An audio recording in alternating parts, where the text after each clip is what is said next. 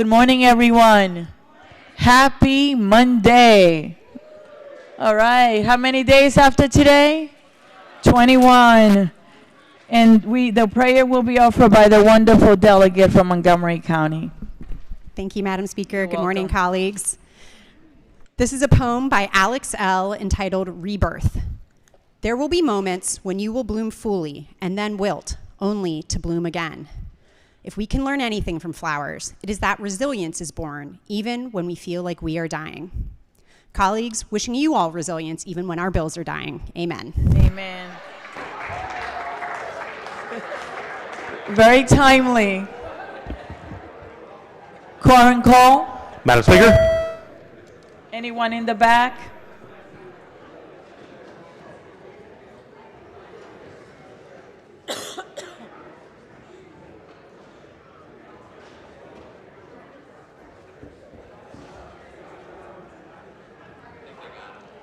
Okay, thank you. Has everyone recorded their presence? If so, the clerk will take the call. There being 126 members present, the House is now in session. The clerk will read the journal from the previous day. Annapolis, Maryland, March the 9th, 2026. Recognizing the Deputy Majority Leader. Thank you, Madam Speaker. So much be considered. The reading of the journal. So order petitions, memorials, and other papers. Report of the Committee on Appropriations. It is report number 19. The clerk will read the first bill. Senate Bill 282, Budget Bill, Fiscal Year 2027. Favorable amendments. Amendment number 1. Recognizing the floor leader, the chair of the committee. Good morning. Good morning. Thank you, Madam Speaker. You're welcome. Madam Speaker and members of the House, the Appropriations Committee has completed its work on the state budget for fiscal 27. Today, we present our version of Senate Bill 282, the Budget Bill, and Senate Bill 284, the Budget Reconciliation and Financing Act, the BRFA. Before I describe the budget, I would like to thank the Vice Chair and all the members of the committee for their hard work. I'd also like to thank the amazing committee staff that we have, committee counsel, and the budget staff of the Department of Legislative Services. Our work could not be completed without their tireless efforts. I also want to thank the governor and his team and our colleagues in the Senate for their partnership and collaboration throughout the process. And of course, Madam Speaker, thank you so much for your leadership through this process. Thank you for all your work, you and your committee and your staff. Thank you. Together with the Senate, we made tough decisions and achieved a balanced and responsible budget while protecting our shared priorities and supporting our most vulnerable communities. This budget does not just meet spending affordability goals, it surpasses them. We've left a cash surplus in this budget of $282 million. For perspective, members, typically we pass a budget with a $100 million cash surplus. That is what is recommended traditionally by Department of Legislative Services to deal with contingencies after the budget is passed. This year, we're not only leaving $282 million surplus, we also have $2 billion in cash reserves in the rainy day fund. And we did all this without increasing any fees or taxes. We are doing some adds to the budget. We're adding $20 million and 3,700 new slots for the Child Care Scholarship Program, reducing the wait list and helping families to stay in the workforce through access to more affordable care. We're also adding $6 million to continue the Child Care Credential Program to support our child care programs. And I want to thank the Ways and Means Committee in working on policy that will make this move and this money exponential.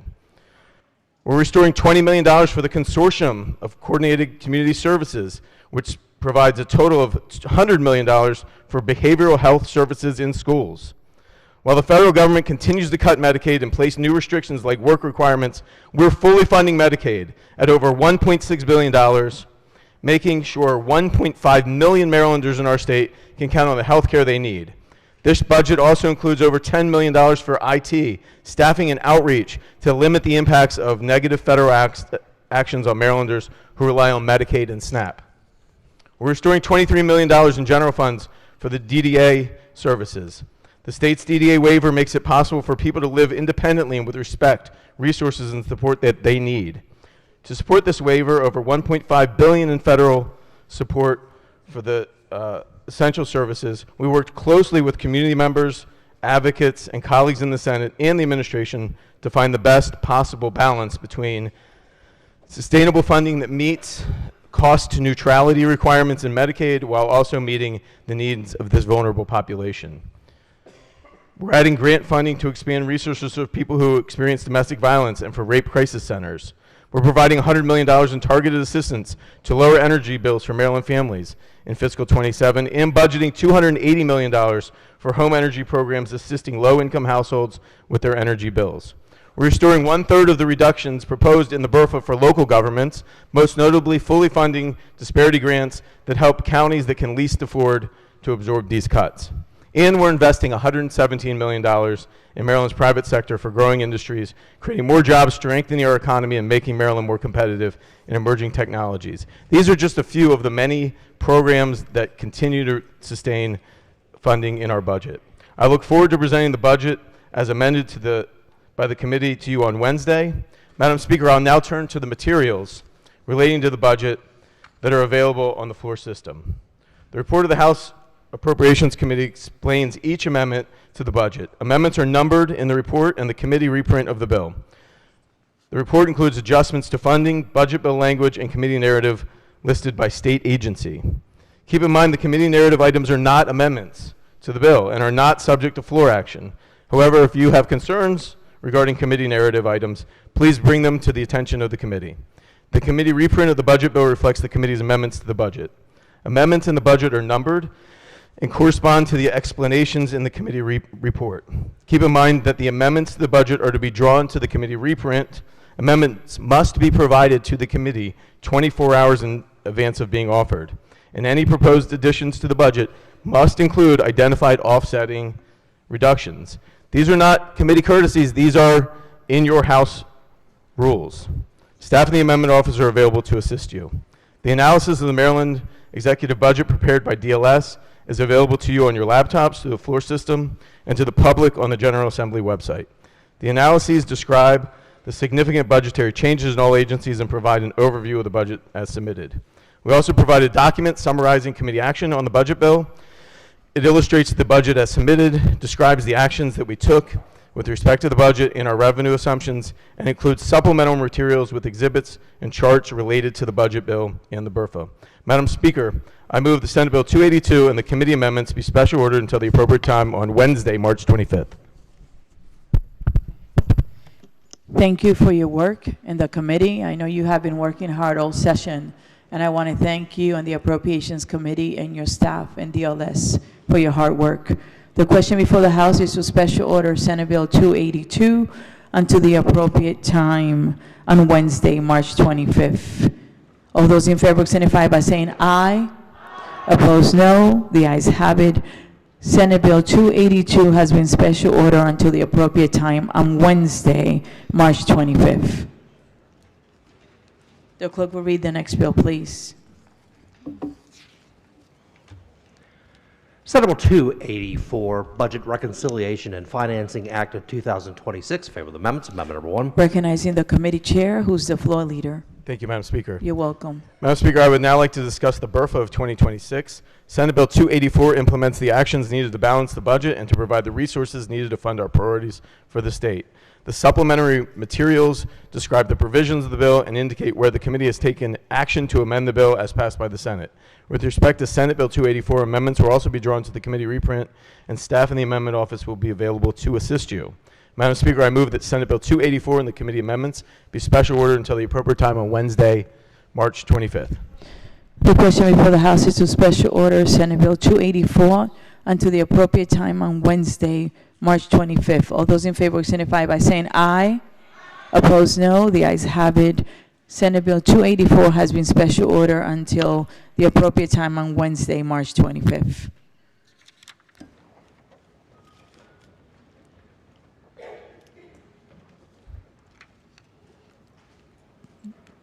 The next report is a report of the Committee on Economic Matters. It is report number 19. The clerk will read the bill. House Bill 1529, Baltimore County Local Commission on Common Ownership Communities. Favorable. The question before the House is the adoption of the favorable report. All in favor signify by saying aye. Aye. Opposed, no. The ayes have it. The favorable report is adopted. Are there any amendments to the bill as to its title? Hearing none, the bill is ordered. Madam Speaker, Oh, I'm sorry. I'm sorry. There's an amendment? It's a surprise. I have an amendment at the desk. Well, the clerk got you there. She had your Thank back. you very much, Madam Clerk. Thank you so welcome. very much. I have an amendment at the desk. Amendment number 283129/1. Amendment number 1. So much be considered the reading of the amendment, Madam So order. I'm looking for it. That went really fast. You got me first here. Yep, it's okay, take your time. Okay, thank you. Take your time. I have it. I actually have a description of Look at all those assistants, oh my goodness. somewhere in here. There's a description of the amendment. Let's just say the amendment is the proper amendment moved by the Baltimore County delegation. Move the amendment. Okay, the question before the House is the adoption of the proper amendment. All in favor signify by saying aye. Opposed, no. The ayes have it. The amendment is adopted. Are there any additional amendments to the bill as to its title? Hearing none, the bill is order printed for third reading. The next report is the report of the Committee on Government, Labor, and Elections. It is report number 26. The clerk will read the bill. House Bill 1158, Calvert County, contracts for infrastructure or asset management, contract duration, favorable. The question before the House is the adoption of the favorable report. All in favor signify by saying aye. Madam Speaker. Opposed, no. The ayes have it. The favorable report is adopted. Are there any additional amendments to the bill as to its title? Recognizing the lady from Prince George's County. Thank you, Madam Speaker. I have a floor amendment to change the sponsorship to a county delegation. So the question before the House, oh, we don't have it. What is the amendment number? And do you have them there? yes, Do you have a it- package? Can you please It deliver was, some? yes, yes. It is 58/703/723/1. Hold on one Amendment number second. 1. I think they ran it up there. I believe it's up there.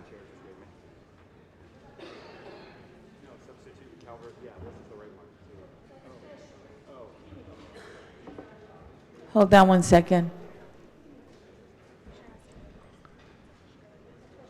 It's a Fisher amendment, so Fisher has to get up and explain. I'm sorry. The delegate from Southern Maryland. I gave myself permission internally and up here. I've been called worse, Madam Speaker. Go ahead. It's an amendment at the desk, amendment number 703-723-1. Amendment number 1. The amendment simply changes the sponsor to Calvert County delegation. Okay. So the question before the House is the adoption of the amendment. All in favor signify by saying aye. Opposed, no. The ayes have it. The amendment is adopted. Are there any additional amendments to the bill as to its title? Hearing none, the bill is order printed for third reading. Okay. Okay. Report of the Committee on Economic Matters. It is report number 20. Thank you. The clerk will read the first bill. House Bill 571, nonprofit housing corporations, tax and enforcement of judgment exemptions, alterations, favorable. Recognizing the Vice Chair of the Committee. Yes. Thank you, Madam Speaker. You're Move so much welcome. consider the reading of the amendment. So order. Amendment number 1 is technical. Amendment number 2 strikes a judgment exemption for specified property of a nonprofit housing corporation. Move the amendment. The question before the House is the adoption of the amendment. All in favor signify by saying aye. Opposed, no. The ayes have it. The amendment is adopted. The question now is the adoption of the favorable report as amended. All in favor signify by saying aye. Opposed, no. The ayes have it. The favorable report is adopted. Are there any additional amendments to the bill as to its title? Hearing none, the bill is order printed for third reading. Will the clerk be so kind and read the next bill, please? House Bill 892, business regulation, cemeteries, actions for sale, transfer, or alternate use, favorable amendments. Amendment number 1. Recognizing the floor leader, the gentleman from Anne Arundel. Thank you, Madam Speaker. Move so much You're be welcome. considered the reading of the amendment. So order. The First Amendment strikes language related to structures used to conduct business related to the operation of a cemetery. The next amendment requires a court to make a determination on disposition of the property within a certain time period. And the last amendment clarifies that certain provisions do not apply to property acquired by the Department of Transportation. Move the amendments. The question before the House is the adoption of the amendment. All in favor signify by saying aye. Opposed, no. The ayes have it. The amendments are adopted. The question now is the adoption of the favorable report as amended. All in favor signify by saying aye. Opposed, no. The ayes have it. The favorable report is adopted. Are there any additional amendments to the bill as to its title? Hearing none, the bill is ordered printed for third reading. The clerk will be so kind and read the next bill, please. House Bill 893, Business Regulation, Abandoned Cemeteries, Acquisition and Disposition. Favor the amendments. Amendment number 1. Recognizing the floor leader. Thank you, Madam Speaker. Move so much be considered the reading of the amendment. So order. The amendment requires a court to make a determination on disposition of the property within a certain time period and adds veterans organizations to the bill. Move the amendment. The question before the House is the adoption of the amendment. All in favor signify by saying aye. Opposed, no. The ayes have it. The amendment is adopted. The question now is the adoption of the favorable report as amended. All in favor signify by saying aye. Opposed, no. The ayes have it. The favorable report is adopted. Are there any additional amendments to the bill as to its title? Hearing none, the bill is ordered printed for third reading. The clerk will read the next bill, please. House Bill 994, Business Regulation, Travel Services, Special Fund, Fees and Surety Requirement. Don't You Worry Act. Favor the amendments. Amendment number 1. Cute. Recognizing the floor leader. Thank you, Madam Speaker. You're welcome. Move so much be considered the reading of the amendment. So order. The amendment alters the definition of seller or travel services to exclude a person that rents or operates a short-term rental unit and short-term rental properties. Move the amendments. The question before the House is the adoption of the amendments. All in favor signify by saying aye. Opposed, no. The ayes have it. The amendments are adopted. The question now is the adoption of the favorable report as amended. All in favor signify by saying aye. Opposed, no. The ayes have it. The favorable report is adopted. Are there any additional amendments to the bill as to its title? Thank you, Madam Speaker. Recognizing the minority leader. Thank you. I had a question for the floor leader about the bill. Floor leader. Does the bill, I'm not just reading just from the title, but I did take a quick look at it. Does the bill impose a new fee upon individuals who, hold themselves out as travel agents or being involved in the travel services industry? It provides a fee for registration. So those individuals in that industry, is it current Maryland law that they don't have to register anywhere? Correct. Okay. Are they still bound by our consumer protection laws or other laws with respect to doing things that would be fraudulent or violations of unfair or deceptive trade practices? They are. So they're already subject to all of those requirements, but now we're going to create a new fee and a new registry. Is that my understanding of the bill? Correct. Does it impose any additional penalties if these bad actors in this industry were to do something? Because I definitely want to get at the bad actors, and I think we have ways to do that as we've just established under existing law. What's the rationale between taking the good actors and saying you have to pay a fee and we have to register you, but we don't impose any new penalties for bad actions? I'd turn to that gentleman to my left. I'm not sure if he's got his right eye working at the time on this one. So it does not. Oh, he's my buddy. It does not It's okay. provide any additional fees other than the registration fee. It does. There is no penalty. Okay, so there's no penalty. How much is the fee? The fee is $300. So yesterday, I work as a travel agent. I've got no complaints. I'm doing the right things. I don't have any consumer protection, unfair or deceptive trade practices complaints against me. I've never had to register. Now I have to register and pay $300. Is that a year? Yes. Now I got to register and pay $300 a year. Thank you for explaining it. I appreciate it. See no other questions. The bill is ordered printed for third reading. The clerk will read the next bill, please. House Bill 1120, Professional Licensing Portability, Members of the Foreign Service and Spouses. Favor the amendments. Amendment number 1. Recognizing the floor leader. Thank you, Madam Speaker. Move so much be considered the reading of the amendments. So order. Amendment number 1 is technical. Amendment number 2 adds co-sponsors and conforms the House bill to the Senate bill. The question before the House is the adoption of the amendment. All in favor signify by saying aye.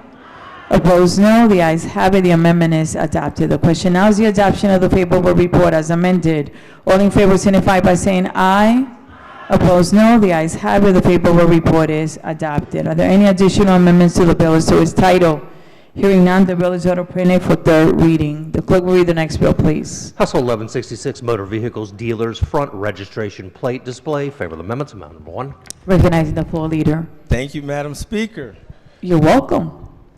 Move so much be considered the reading of the amendments. So order. Amendment number 1 is technical. Amendment number 2 makes clarifying changes related to hardware and reporting requirements, limits liability of dealers if they submit a certain written statement, and requires a motor vehicle administration to develop a certain disclosure statement and adopt regulations. Move the amendments. The question before the House is the adoption of the amendment. All in favor signify by saying aye. Opposed, no. The ayes have it. The amendments are adopted. The question now is the adoption of the favorable report as amended. All in favor signify by saying aye. Opposed, no. The ayes have it. The favorable report is adopted. Are there any additional amendments to the bill as to its title? Recognizing the gentleman from Southern Maryland. Thank you, Madam Speaker. You're welcome. Just a quick question for the floor leader. Right behind you. Yes, indeed. Floor leader. Good morning, sir. Good morning, almost afternoon. So I was just reading the amended bill. It looks like if you sign some sort of statement with the dealer, then what happens with the front tag? So you buy a car from a dealer. The car is supposed to have a front tag and a back tag, but if for whatever reason you don't have a front tag to, or anything to put the front tag on, you have to sign a statement with the dealer. Does that sound right? Correct. So if you sign that statement, then that covers the dealership from potential penalties. And then I was reading also that you signed a statement with the dealer saying that you either couldn't put the front tag on, they couldn't put the front tag on, or you didn't want it on. You signed that statement with the dealer, and then the dealer is going to report that to the MVA. He's going to collect this information and report it to the MVA. Does that sound right?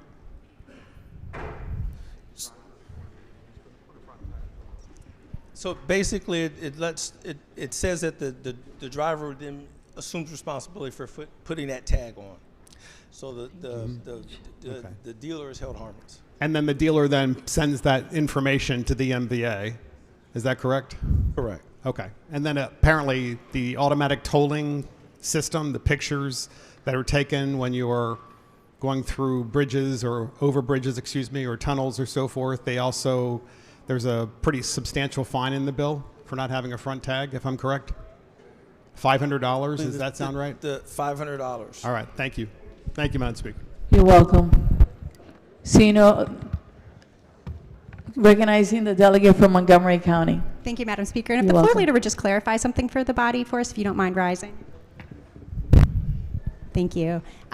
So the fine that was just spoken about, is that current law or is that something new under the bill? That's current law. Thank you, Mr. Floor Leader. Thank you for the clarification.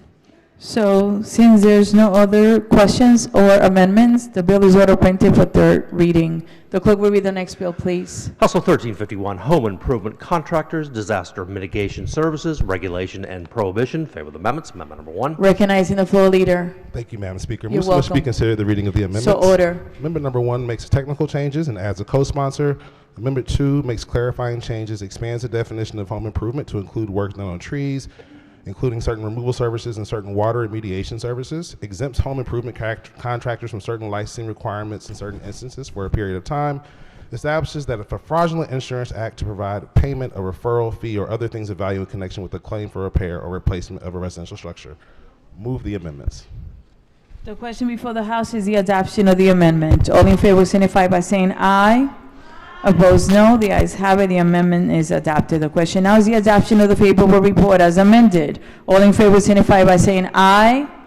Opposed, no. The ayes have it. The favorable report is adopted. Are there any additional amendments to the bill as to its title? Recognizing the gentleman from the Eastern Shore. Thank you, Madam Speaker. You're welcome. Mr. Floor Leader, I have some questions on the bill. Yes, sir. So tell me how this is different than a home improvement license, Maryland Home Improvement Commission license. So I guess to better explain the bill, it's not about what's different. So currently in Maryland, if you are providing disaster mitigation services, you're not required to be under MHIC rules and laws. So you could be a service provider where you or whenever there's a fire and you come board up homes, or you remove things or reinstall things to keep something steady, you know, or after a hurricane, etc. Currently, if you're providing those disaster mitigation services, you don't have to be under MHIC rules. So what this bill does is it ensures that those providing those services, we're going to give them a period of time to get online and become MHIC certified, but they would then have, if you're providing these kind of services in the state of Maryland, you're going to have to be under those rules and regulations to make sure that people are getting the proper care that they deserve whenever they're getting work done on their home after a disaster. All right. And I'm looking at, I just saw this bill, so I'm just trying to skim through it fast. But it looks like some of these services may qualify under MHIC, you know, the work that could be done under MHIC license. And isn't it true that anything over $200 you have to have an MHIC license to perform the work? I'm not sure of the exact amount, but I believe there is a threshold. I'm not sure. I can't confirm with that exact amount, but I believe there is a threshold. Well, if you could find out, I'd appreciate it, but I believe it's $200. So what you're doing in this bill is actually adding services that should be covered under MHIC, but they won't this bill says they don't need to have an MHIC license to do these services. Is that correct? So what the bill says is that you're going to need an MHIC license to do these services. There are amendments that we just read across that I just provided. Certain people who provide these services today, if this bill were to go into effect, we would lose a good chunk of people who actually provide disaster mitigation services. It'd be horrible to lose a whole bunch of folks who don't have their MHIC licenses yet as we approach hurricane season, and et cetera. So it's important that we give people a window of time to get online and be able to be in compliance with the law. And we're giving companies who provide services like these 2 full years to get into become compliant under the new law. You know, and I'm glad to see you want to weed out some bad actors, because they come out of the woodwork on some of these disasters. But I am concerned because some of us that hold an MHIC license have to have insurance, and we pay into a guarantee fund. So what's that mean for this particular segment that you're looking at? So nothing would change for if you hold an MHIC license. All we're doing is making sure those who are providing those mitigation services are now going to have to comply with the same laws that you provide as a contractor. So we're just making sure everybody who's providing, if you're going into someone's home and you are cutting wood and you are making things more steady, getting rid of a tree that fell through a house, we want to make sure that if you are doing that type of work, that you are licensed to do so, that you are in compliance with the laws that you just stated. That's what we're trying to do with this bill here, and making sure that folks can have confidence that if someone's providing these services, that they are abiding by Maryland law. And that's the purpose of that Maryland Home Improvement Commission license, is to have that confidence and that guarantee fund. I just want to make sure we're not watering down something. No, we're not watering down. What we're actually doing is making folks step up. That's the best way to put it. We're making sure that anyone's going to, if you're going to a home and you are doing some serious work, then that you need to be held under the law, under the MHIC license, which I think makes the most sense here. Thank you for answering my questions. Yes, sir. Recognizing the gentleman from Baltimore County, and then I'm coming back to the Eastern Shore. Madam Speaker, I'll let the gentleman from the Eastern Shore go first, if that's okay with you. Sure. Go ahead. Good morning. Recognizing the gentleman from the Eastern Shore. Good morning. I just want to have a little bit further clarification. Yes, sir. I hold a MHIC license. So is the purpose of this bill that when there's a disaster in the tornadoes that went by 2 weeks ago, that prevents just anybody from showing up and saying, hey, I can help. I have a bobcat. I can help move that tree. I have a chainsaw. I can help move that. And saying that individual actually has to have an MHIC license to be able to perform that work? So if they're removing like tree that fell on your property, or they're removing a tree that fell on a car, that would be different. But if a tree goes through your house and they're coming in to remove the tree and then also do any type of work around remediating and making sure that space is safe before you go through a remodel or something, if you're doing that type of work that touches the home, you're going to have to be under the MHIC. Okay. Thank you for the clarification. Yes, sir. Recognizing the gentleman from Baltimore County. Thank you, Madam Speaker. You're Good welcome. afternoon. Good afternoon. Good afternoon, sir. Good afternoon. Madam Speaker, the floor leader and I have had a conversation. I do have an amendment ordered. I do not have it yet, so I was hoping that it'd be possible just to special order this to the appropriate time later this session. And once I have the amendment back, of course, sir, I'll get it over to you. Yep, we spoke before, and we can wait at the end of this session. Okay. Thank you. Yep. So the question before the House is to special order House Bill 1351 until the end of this session. All those in favor signify by saying aye. Opposed, no. The ayes have it. House Bill 1351 has been special ordered until the end of this session. The clerk will read the next bill, please. House Bill 1362, condominiums and homeowners associations, meetings, recording requirements. Favorable amendments. Amendment number 1. Recognizing the floor leader. Thank you, Madam Speaker. You're welcome. Move so much be considered the reading of the amendments. So order. The amendment exempts developers from the bill's requirements, prohibits meetings from being recorded if a member objects, and prohibits recordings from being used in place of meeting minutes. Move the amendments. The question before the House is the adoption of the amendment. All in favor signify by saying aye. Opposed, no. The ayes have it. The amendment is adopted. The question now is the adoption of the favorable report as amended. All in favor signify by saying aye. Opposed, no. The ayes have it. The favorable report is adopted. Are there any additional amendments to the bill as to its title? Hearing none, the bill is auto printed for third reading. This is the report of the Committee on Economic Matters. It is report number 21. The clerk will read the bill. House Bill 883, consumer protection, artificial intelligence, behavioral health care prohibitions. Favorable amendments. Amendment number 1. Recognizing the floor leader. Thank you, Madam Speaker. You're Move so welcome. much be considered the reading of the amendments. So order. Amendment number 1 is technical. Amendment number 2 makes a violation subject to the Maryland Consumer Protection Act and instead of the original penalty language, and alters the definition of behavioral health care provider. Move the amendments. The question before the House is the adoption of the amendment. All in favor signify by saying aye. Opposed, no. The ayes have it. The amendment are adopted. The question now is the adoption of the favorable report as amended. All in favor signify by saying aye. Opposed, no. The ayes have it. The favorable report is adopted. Are there any additional amendments to the bill as to its title? Hearing none, the bill is auto printed for third reading. Report of the Committee on Health, report number 22. The clerk will read the first bill.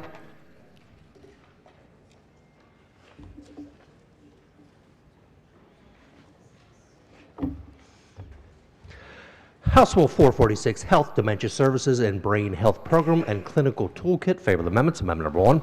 Recognizing the floor leader, the Majority Whip. Thank you, Madam Speaker. You're welcome. Move so much be considered the reading of the amendments. So order. Thank you. You're welcome. Amendment number 1 adds sponsors and makes technical changes. Amendment number 2 specifies that the toolkit is a provider resource, changes the date by which the toolkit is required to be established, and requires the toolkit to be composed of materials that are developed using existing resources and expertise within the department or obtained through partnerships with public or private entities as determined necessary by the department. Move the amendments. The question before the House is the adoption of the amendments. All in favor signify by saying aye. Opposed, no. The ayes have it. The amendment is adopted. The question now is the adoption of the favorable report as amended. All in favor signify by saying aye. Opposed, no. The ayes have it. The favorable report is adopted. Are there any additional amendments to the bill as to its title?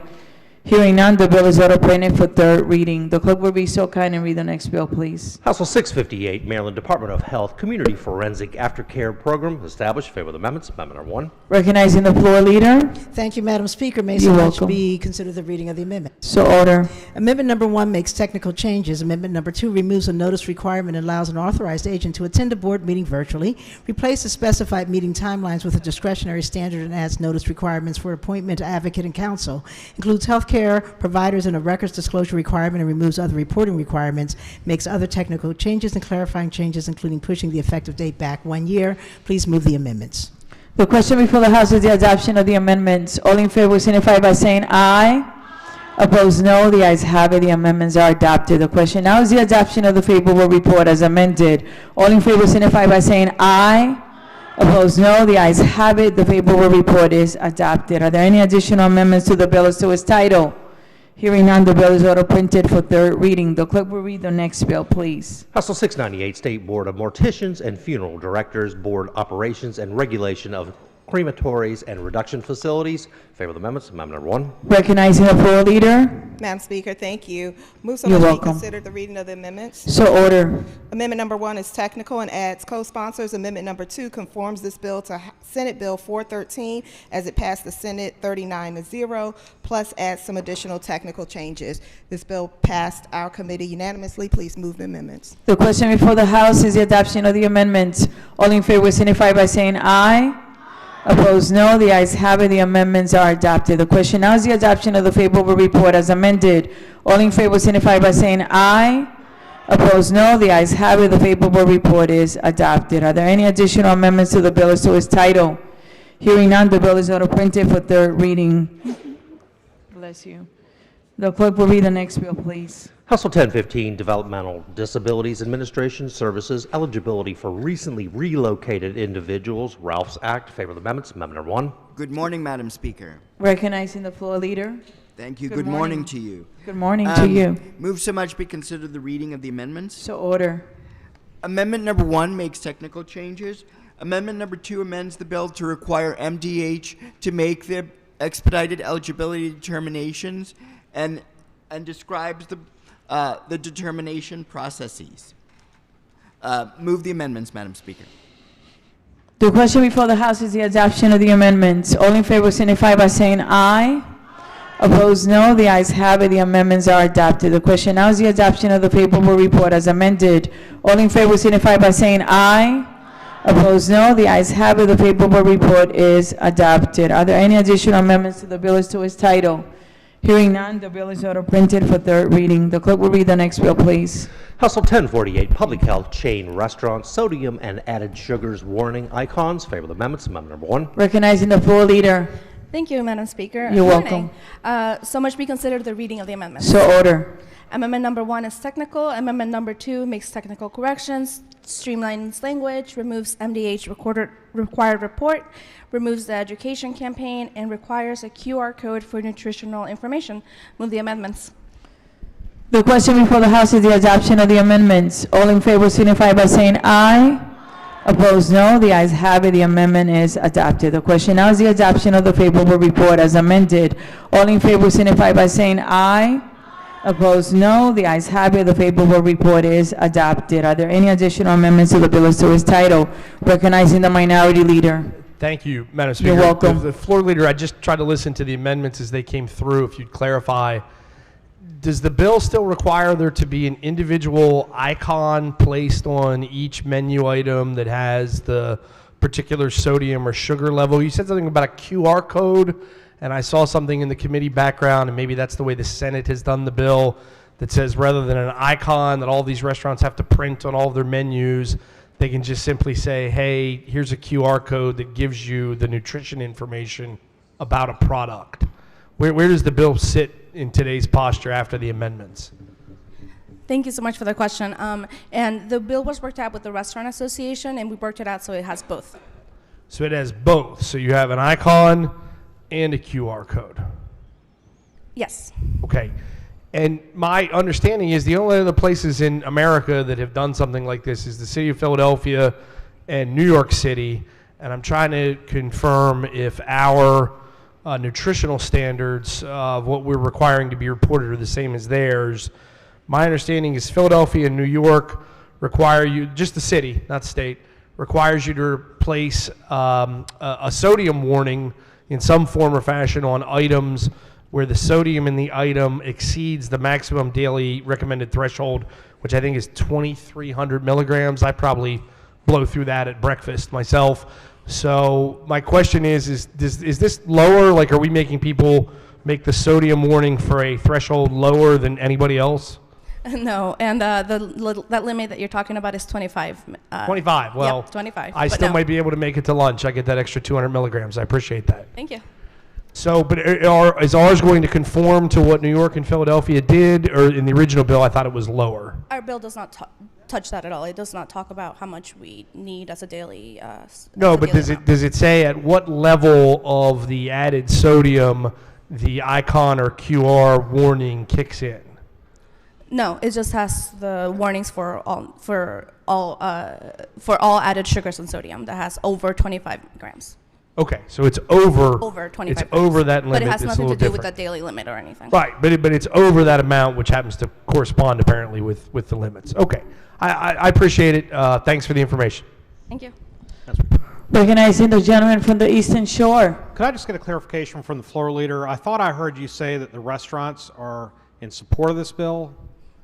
Oh, no, we worked out some of the recommendations for them, but they're not in support of this bill, but we did work the bill through with them to make sure that it aligned with what their suggestions were. Well, allow me to be blunt. Do they still support the bill? No. So they don't support the bill. Okay, No. thank you. Recognizing the other gentleman from the Eastern Shore. Thank you, Madam You're Speaker. welcome. Well, Florida, you're already up. So, I was looking at the bill. Now, I used to own a restaurant, and I know what it's like to try to remove some things. Did you address all the problems with the Department of Health? They kind of said this bill was going to be a burden, and it really is effectively doing nothing. We did work it out with the department. So the department's now rescinded that it's not going to be onerous. It's all right with it. Everything about the bill works, and they've accepted the fiscal note. We addressed all their concerns with the bill. Okay, so it's fine with them, is what you're saying? Yep. Okay, thank you. All right. Seeing no other questions or concerns, the bill is order printed for third reading. The clerk will read the next bill, please. House Bill 1117, Elopement Response Devices, Insurance and Maryland Medical Assistance Program Coverage and Provision under State Programs. Favor the amendments. Amendment number 1. Recognizing the floor leader.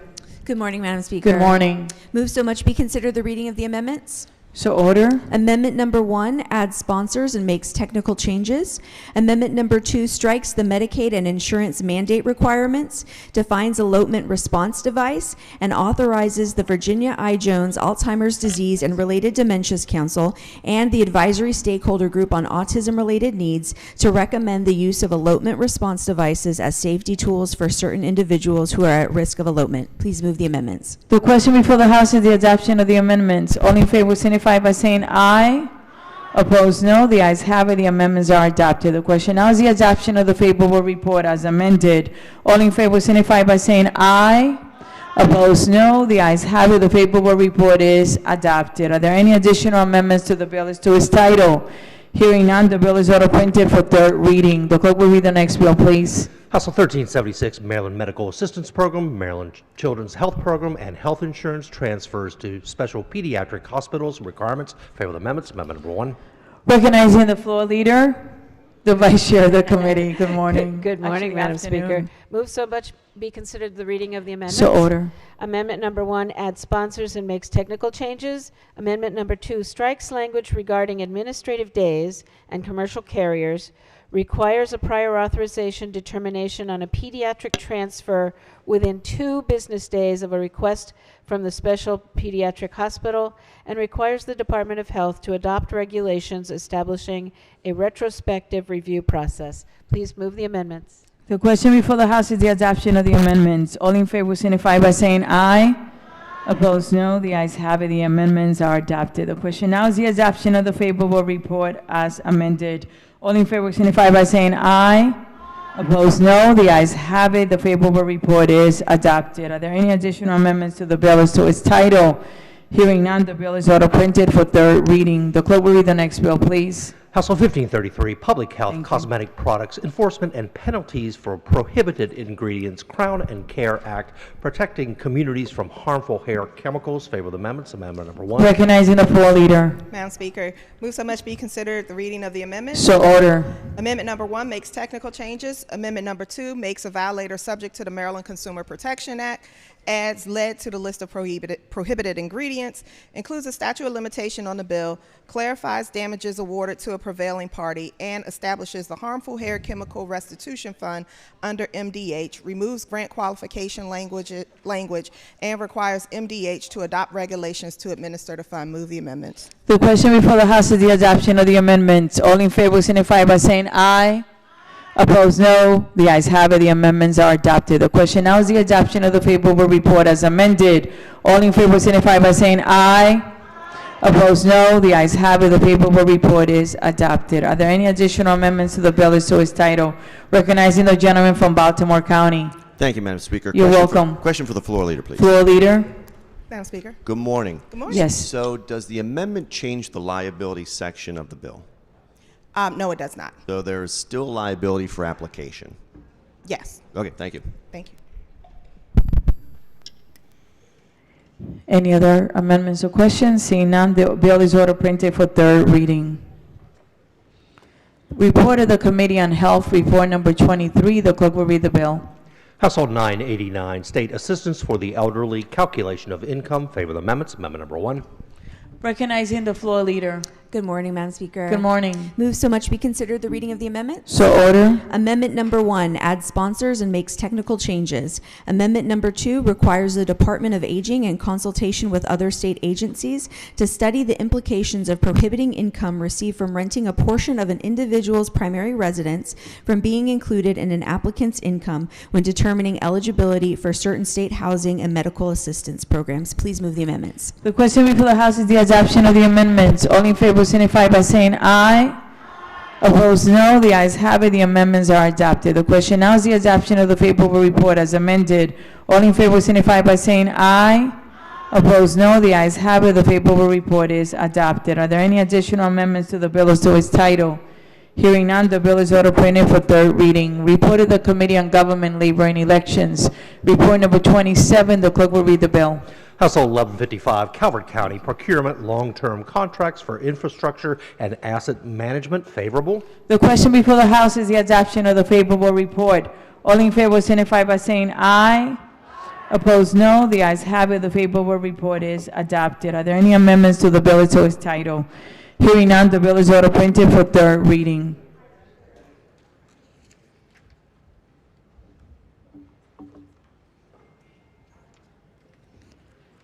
Message from the Senate, consent calendar number 23. Senate bills introduced in the House. The clerk will read the first bill in committee assignment. Senate Bill 608, Senator Mounts, Health. Recognizing the majority leader. Thank you, Madam Speaker. You're welcome. So much be considered the reading of Senate Bill 608, be considered the reading for all the bills on the calendar. Hearing no objection, the bills are read the first time and referred to the appropriate committees.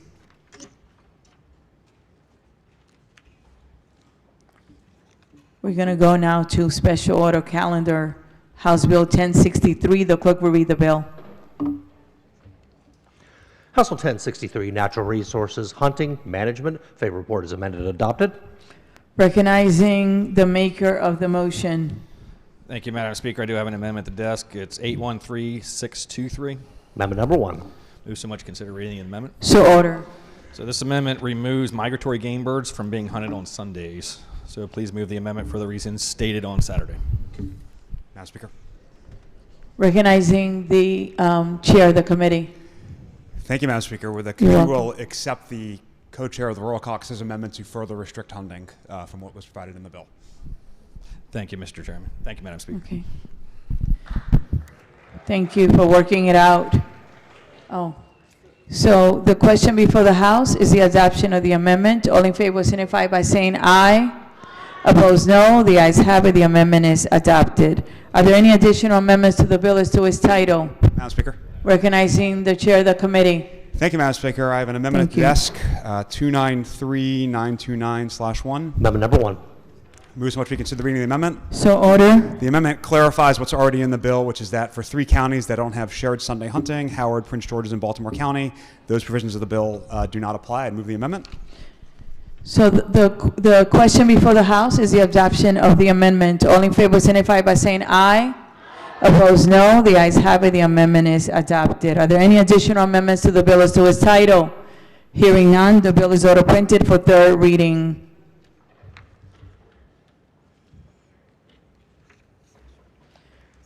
Special order calendar, House Bill 1351.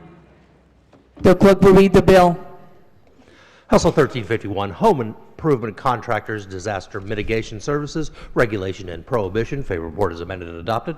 Recognizing the maker of the motion, the gentleman from Baltimore County. Thank you, Madam Speaker. You're welcome. I have an amendment at the desk. 863124/1. Amendment number 1. So much be considered the reading of the amendment. So order. Thank you very much, Madam welcome. Speaker. This body is I believe, a simple and a clarifying amendment. So what this amendment would do is make this bill a statewide bill. The way that the bill is constructed now, there is an opportunity for each jurisdiction, all 24 jurisdictions in Maryland, to create different policies with respect to how emergency services, disaster mitigation services exist. The gentle lady to my right and I, we have a district that borders Baltimore and Harford County. I know that many contractors in our district want certainty as to what is going to look like when they operate in Baltimore County versus Harford County. I can think of many other examples. I can think of a large multi-housing complex that's just down the road from my district that is literally both in Baltimore County and in Baltimore City.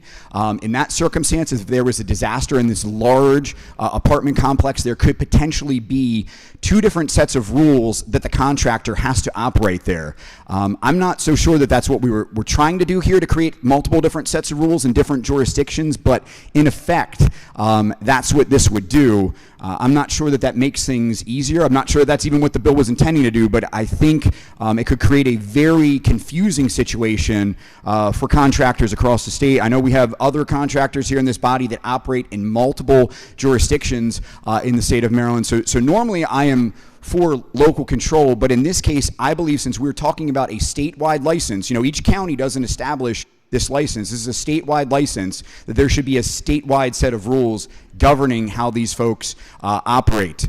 And so for those reasons, that's why I'm offering the amendment. The floor leader.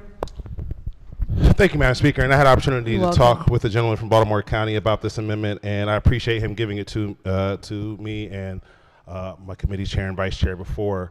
I'm going to ask the body to reject this amendment. The reality is we are deferring to local jurisdictions because local jurisdictions have different topographies, they have different issues, different things. So it wouldn't be fair to have a statewide bill. So for instance, the needs for emergency services in a dense population like in Baltimore City where you have row homes is going to be different than what's needed on the shore in the event of a hurricane, right? We don't want to have a statewide application of law that's going to require you to set up your parameters of how you do disaster mitigation in Baltimore City the same way you would do it on the Eastern Shore. I think that each locality, I trust localities to determine what is best for their areas, determine what makes the most sense, and in the event, as the gentleman just said, they often already work in collaboration on border lines. They can work in collaboration on border lines on how to ensure that they can figure out how they can make this law useful to them. So I urge the body to reject the amendment. I don't think that it is needed. And therefore, I ask you to reject it. The question before the House is the adoption of the amendment. All in favor signify by saying aye. Opposed, no. The clerk will call the roll. Madam Speaker.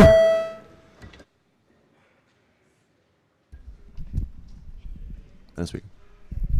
Recognizing the gentleman from Baltimore County. Thank you, Madam Speaker. You're welcome. To explain my vote, we're creating a new regulatory scheme here, and arguably some new licensure for these companies, and I think this is likely to complicate the delivery of services that are needed in a time of crisis. And if we're also creating 24 sets of rules to follow, I think it's going to make delivering those services in a timely way very complicated for those folks. So I think this is really a reasonable amendment.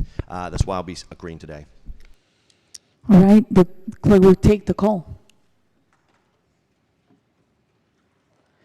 There being 96 votes in the negative, the amendment fails. Seeing no other amendments or questions, the bill is ordered printed for third reading. Quorum call. Madam Speaker.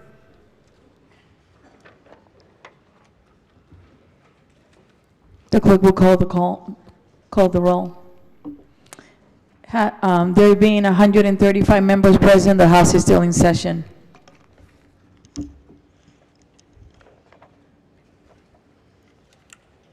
For those of you that are looking it up on your system, we're going to start with House third reading, calendar number 101.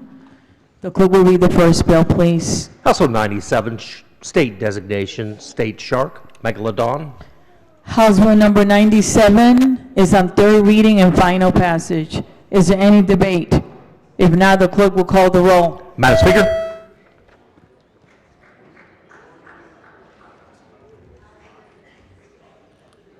Has everyone recorded their vote? Anyone in the back? No? Okay. The Does anyone care to change their vote? If not, the clerk would take the call. There being 135 votes in the affirmative and 0 votes in the negative, House Bill 97, having received a constitutional majority, is declared passed. The clerk will read the next bill, please. House Bill 121, Baltimore County Alcoholic Beverages Sale for Off-Premises Consumption. House Bill number 121 is on third reading and final passage. Is there any debate? If not, the clerk will call the roll. Madam Speaker? Has everyone recorded their vote? Does anyone care to change their vote? If not, the clerk will take the call.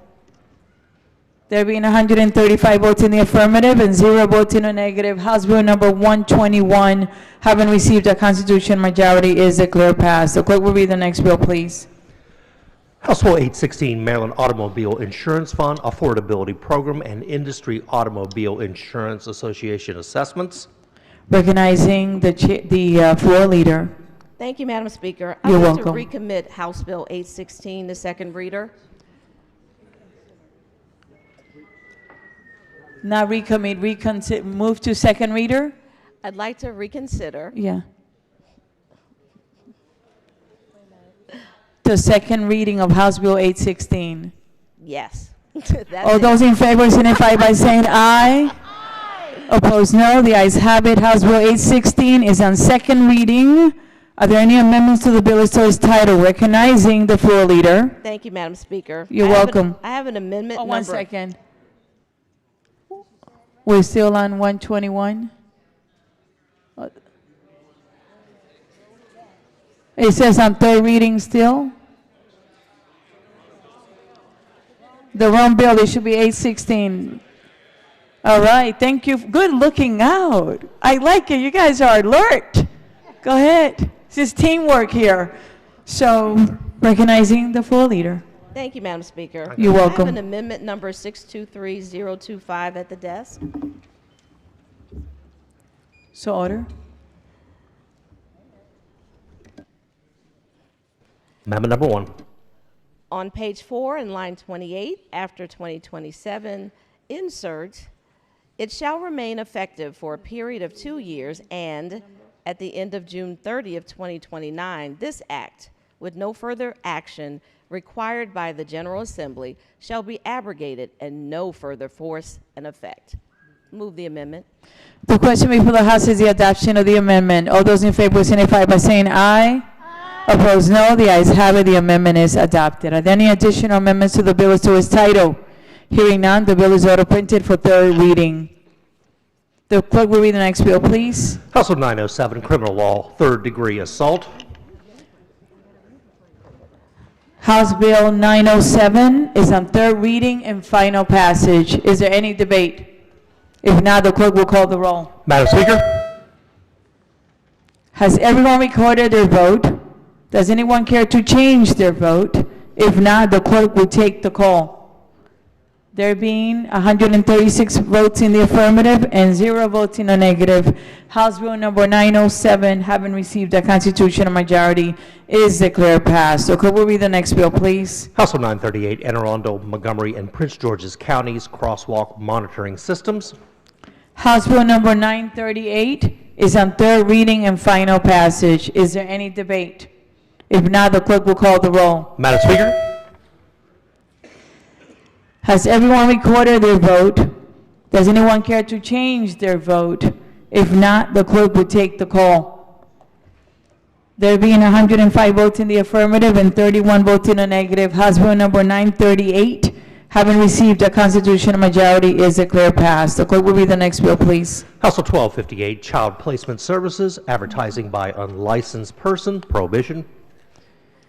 House Bill number 1258 is on third reading and final passage. Is there any debate? If not, the clerk will call the roll. Madam Speaker? Has everyone recorded their vote?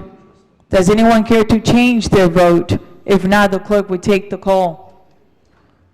There being 131 votes in the affirmative and 4 votes in the negative, House Bill number 1258, having received a constitutional majority, is declared passed. House third reading, calendar number 102. The clerk will read the first bill, please. House Bill 1226, Maryland Illegal Online Gambling Enforcement Act. House Bill number 1226 is on third reading and final passage. Is there any debate? If not, the clerk will call the roll. Madam Speaker. Has everyone recorded their vote? Does anyone care to change their vote? If not, the clerk will take the call.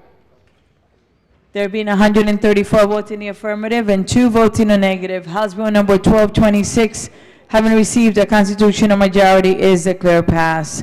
The clerk will read the next bill, please. House Bill 1249, Certified Recovery Residences Refusing Services to Individuals Receiving Medication-Assisted Treatment Prohibition. House Bill number 1249 is on third reading and final passage. Is there any debate? If not, the clerk will call the roll. Madam Speaker. Has everyone recorded their vote? Does anyone care to change their vote? If not, the clerk will take the call. There being 101 votes in the affirmative and 34 votes in the negative, House Bill number 1249, having received a constitutional majority, is declared passed. The clerk will read the next bill, please. House Bill 1284, Residential Service Agencies, Private Duty Nursing, On-Site Nurse Training Programs. House Bill number 1284 is on third reading and final passage. Is there any debate? If not, the clerk will call the roll. Madam Speaker. Has everyone recorded their vote? Does anyone care to change their vote? If not, the clerk will take the call. There being 135 votes in the affirmative and 0 votes in the negative, House Bill number 1284, having received a constitutional majority, is declared passed. The clerk will read the next bill, please. House Bill 1324, Baltimore City Natural Resources Archery Hunting Safety Zones. House Bill number 1324 is on third reading and final passage. Is there any debate? If not, the clerk will call the roll. Madam Speaker. Has everyone recorded their vote? Does anyone care to change their vote? If not, the clerk will take the call. There being 133 votes in the affirmative and 4 votes in the negative, House Bill number 1324, having received a constitutional majority, is declared passed. The clerk will read the next bill, please. House Bill 1523, Alcohol, Tobacco, and Cannabis Commission Unauthorized Consumable Products Enforcement and Seizure. House Bill number 1523 is on third reading and final passage. Is there any debate? If not, the clerk will call the roll. Madam Speaker. Has everyone recorded their vote? Does anyone care to change their vote? If not, the clerk will take the call. There being 135 votes in the affirmative and 1 vote in the negative, House Bill number 1523, having received a constitutional majority, is declared passed. The clerk will read the next bill, please. House Bill 1526, Carroll County Alcoholic Beverages Class 1 Distillery On-Premises Consumption Permit. House Bill number 1526 is on third reading and final passage. Is there any debate? If not, the clerk will call the roll. Madam Speaker. Has everyone recorded their vote? Does anyone care to change their vote? If not, the clerk will take the call. There being 137 votes in the affirmative and 0 votes in the negative, House Bill number 1526, having received a constitutional majority, is declared passed. Madam Speaker. Yes, recognizing the gentleman from Cecil. Thank you, Madam Speaker. Vote change on HB 1249 to the yay. Recognizing the lady from Carroll. Thank you, Madam Speaker. You're welcome. House Bill 1258 in the yay. House Bill 97 in the yay, please. Any other vote change? All right, we're going now to House third reading calendar number 103. And the clerk will read the first bill, please. House Bill 467, Correctional Services Maryland Parole Commission, Improvements in Transparency and Equity. House Bill number 467 is on third reading and final passage. Is there any debate? If not, the clerk will call the roll. Madam Speaker.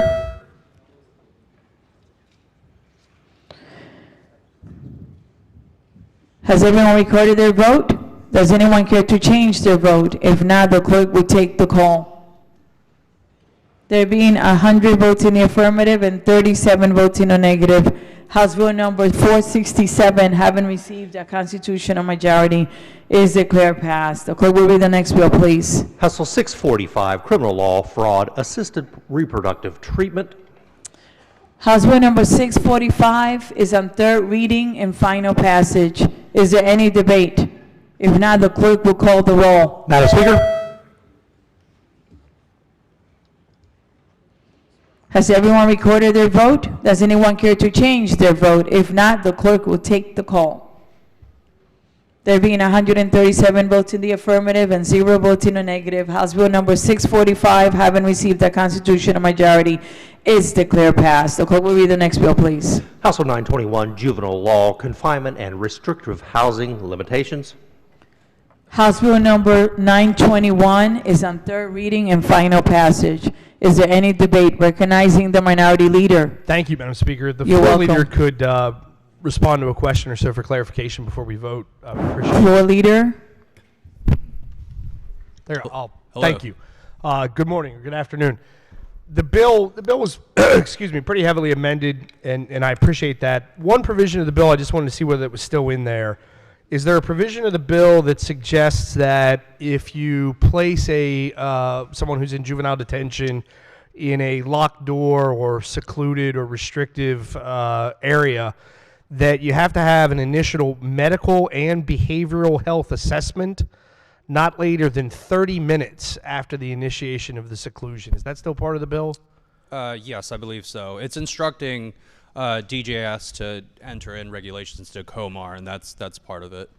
So what happens, so I live in a part of the state that has, I think the one that was in my district actually was closed and combined or consolidated with two others in nearby parts of Allegheny and Garrett County. What happens if they don't have the medical assessment? What happens if they don't have a medical licensed professional 24/7, 365 on staff? Because I can envision a scenario where an incident occurs, and unfortunately incidents do occur at these facilities.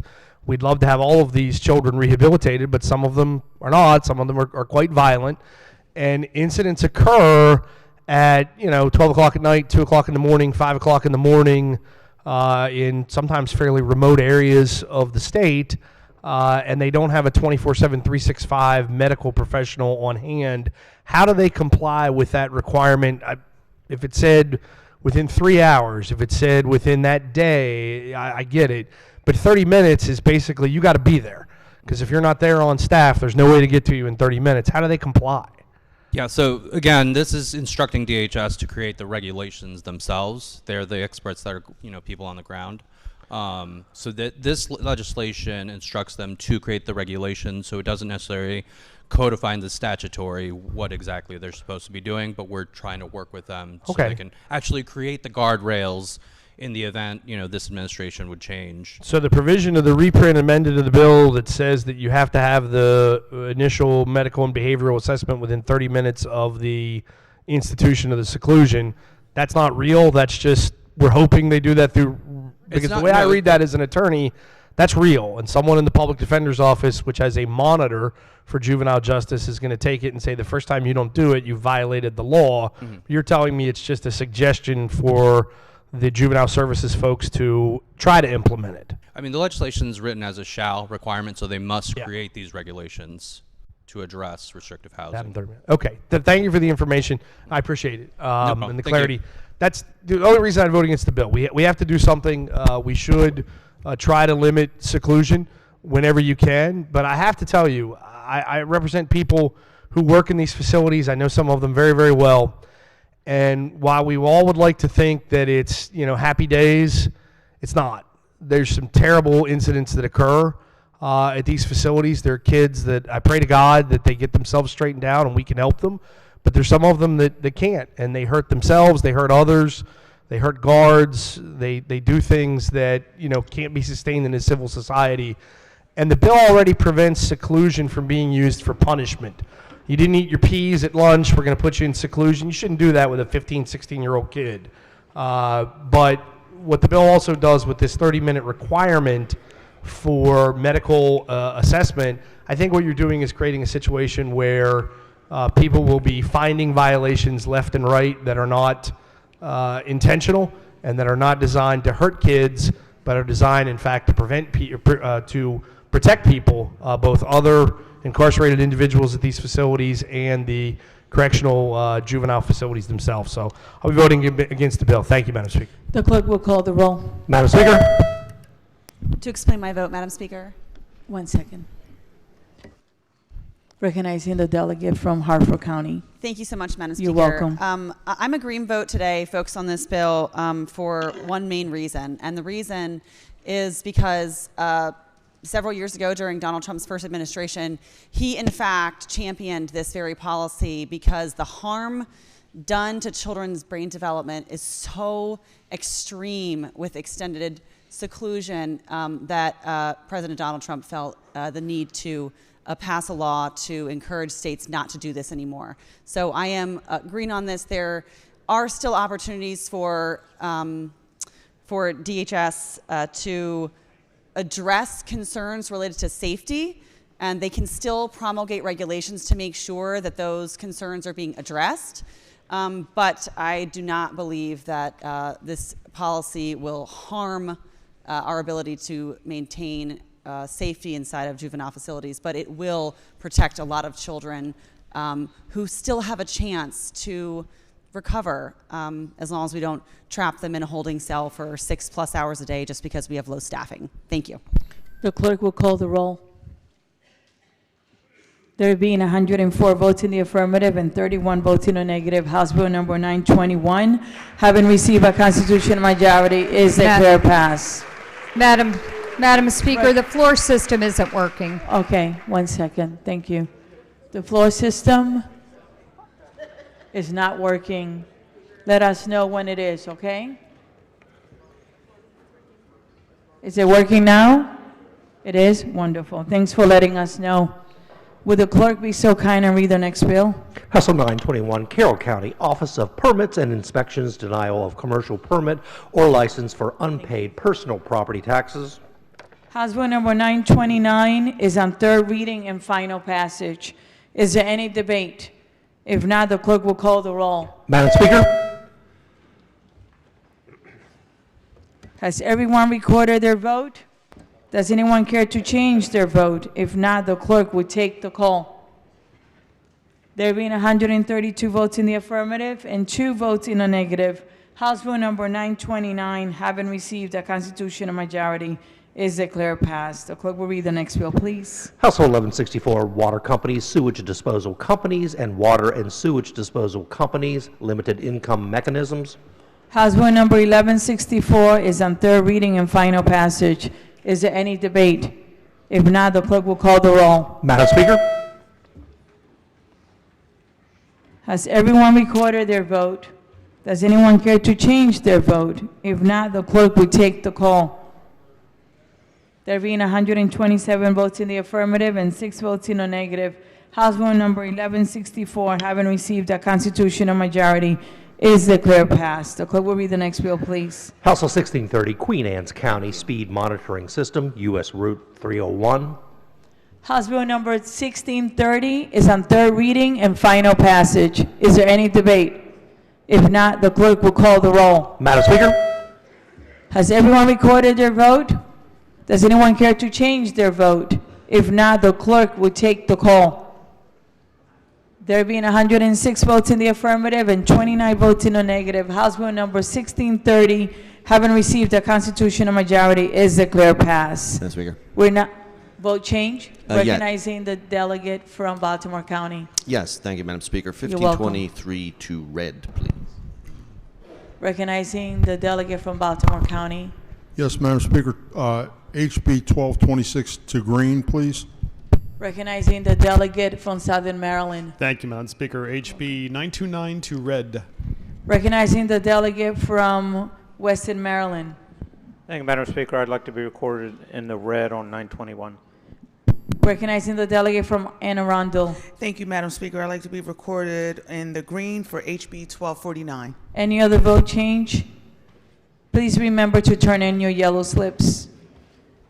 We're going now to House third reading calendar number 104. The clerk will read the first bill, please. House Bill 305, Baltimore County Nuisance Actions Community Association. House Bill number 305 is on third reading and final passage. Is there any debate? If not, the clerk will call the roll. Madam Speaker? Has everyone recorded their vote? Does anyone care to change their vote? If not, the clerk will take the call. There being 130 votes in the affirmative and 3 votes in the negative, House Bill number 305, having received a constitutional majority, is declared passed. The clerk will read the next bill, please. House Bill 339, Anne Arundel County Board of License Commissioners, Chief Inspector Compensation. House Bill number 339 is on third reading and final passage. Is there any debate? If not, the clerk will call the roll. Madam Speaker? Has everyone recorded their vote? Does anyone care to change their vote? If not, the clerk will take the call. There being 102 votes in the affirmative and 34 votes in the negative, House Bill number 339, having received a constitutional majority, is declared passed. The clerk will read the next bill, please. House Bill 402, Common Ownership Communities Oversight Governing Document Database and Local Commissions. House Bill number 402 is on third reading and final passage. Is there any debate? If not, the clerk will take the call. Madam Speaker? Take the roll.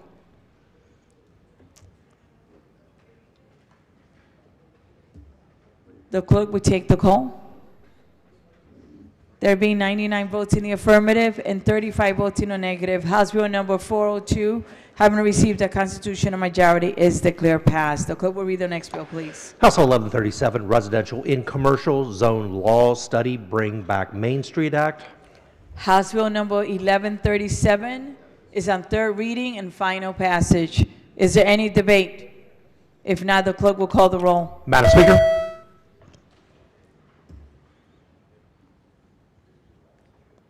Has everyone recorded their vote? Does anyone care to change their vote? If not, the clerk will take the call.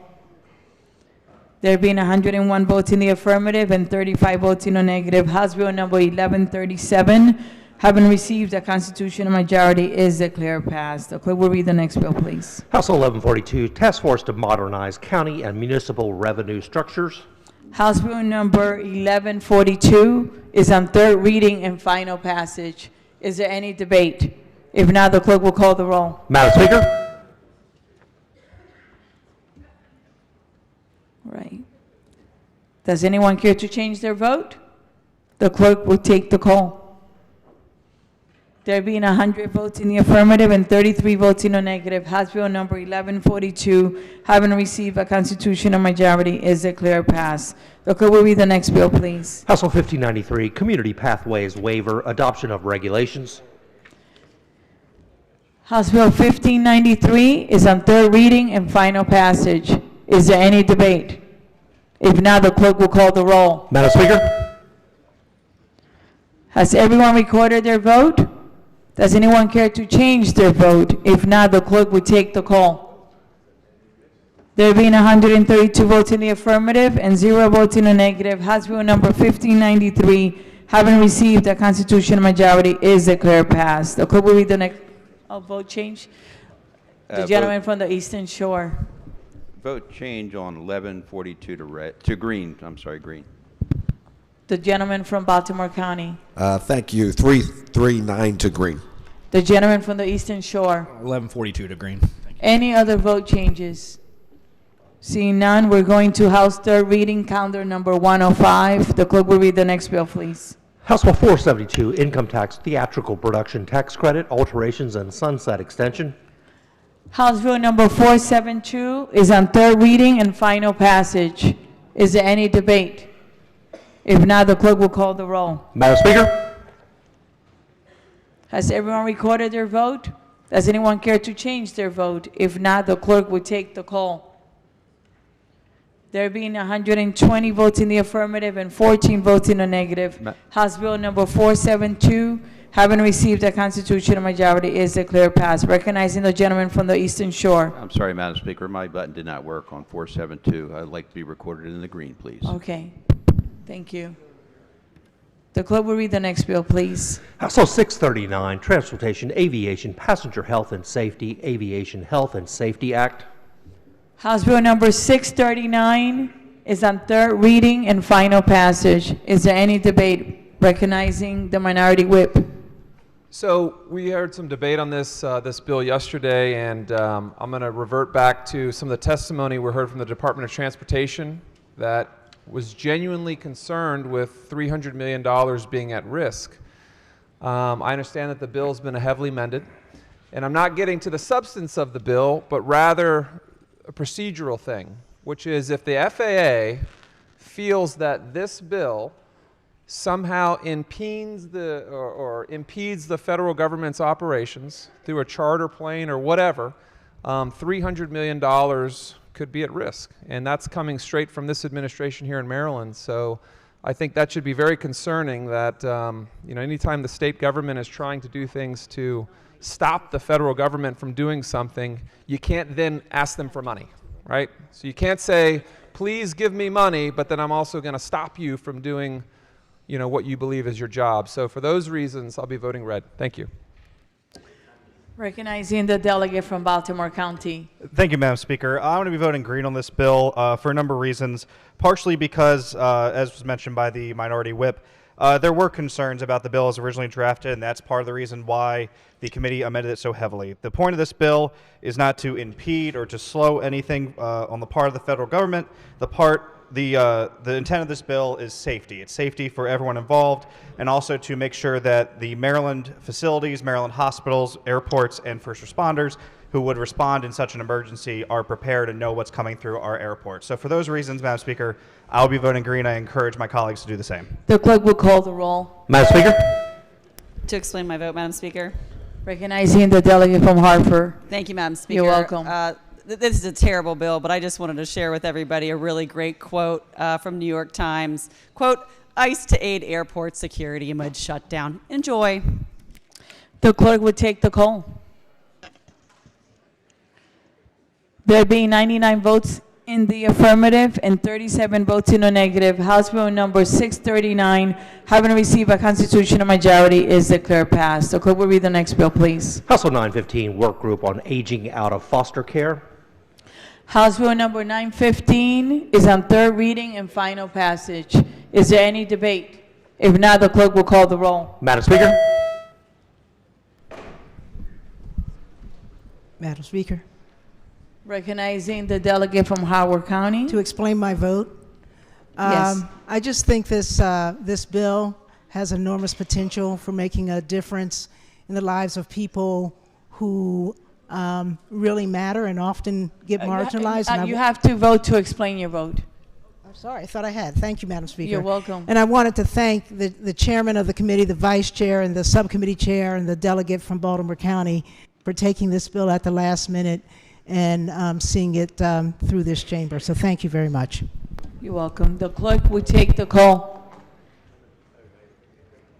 There being 136 votes in the affirmative and 1 vote in the negative, House Bill number 915, having received a constitutional majority, is declared passed. The clerk will read the next bill, please. House Bill 1325, Workers' Compensation, Evaluation of Permanent Impairments, Licensed Social Worker, Clinical. House Bill number 1325 is on third reading and final passage. Is there any debate?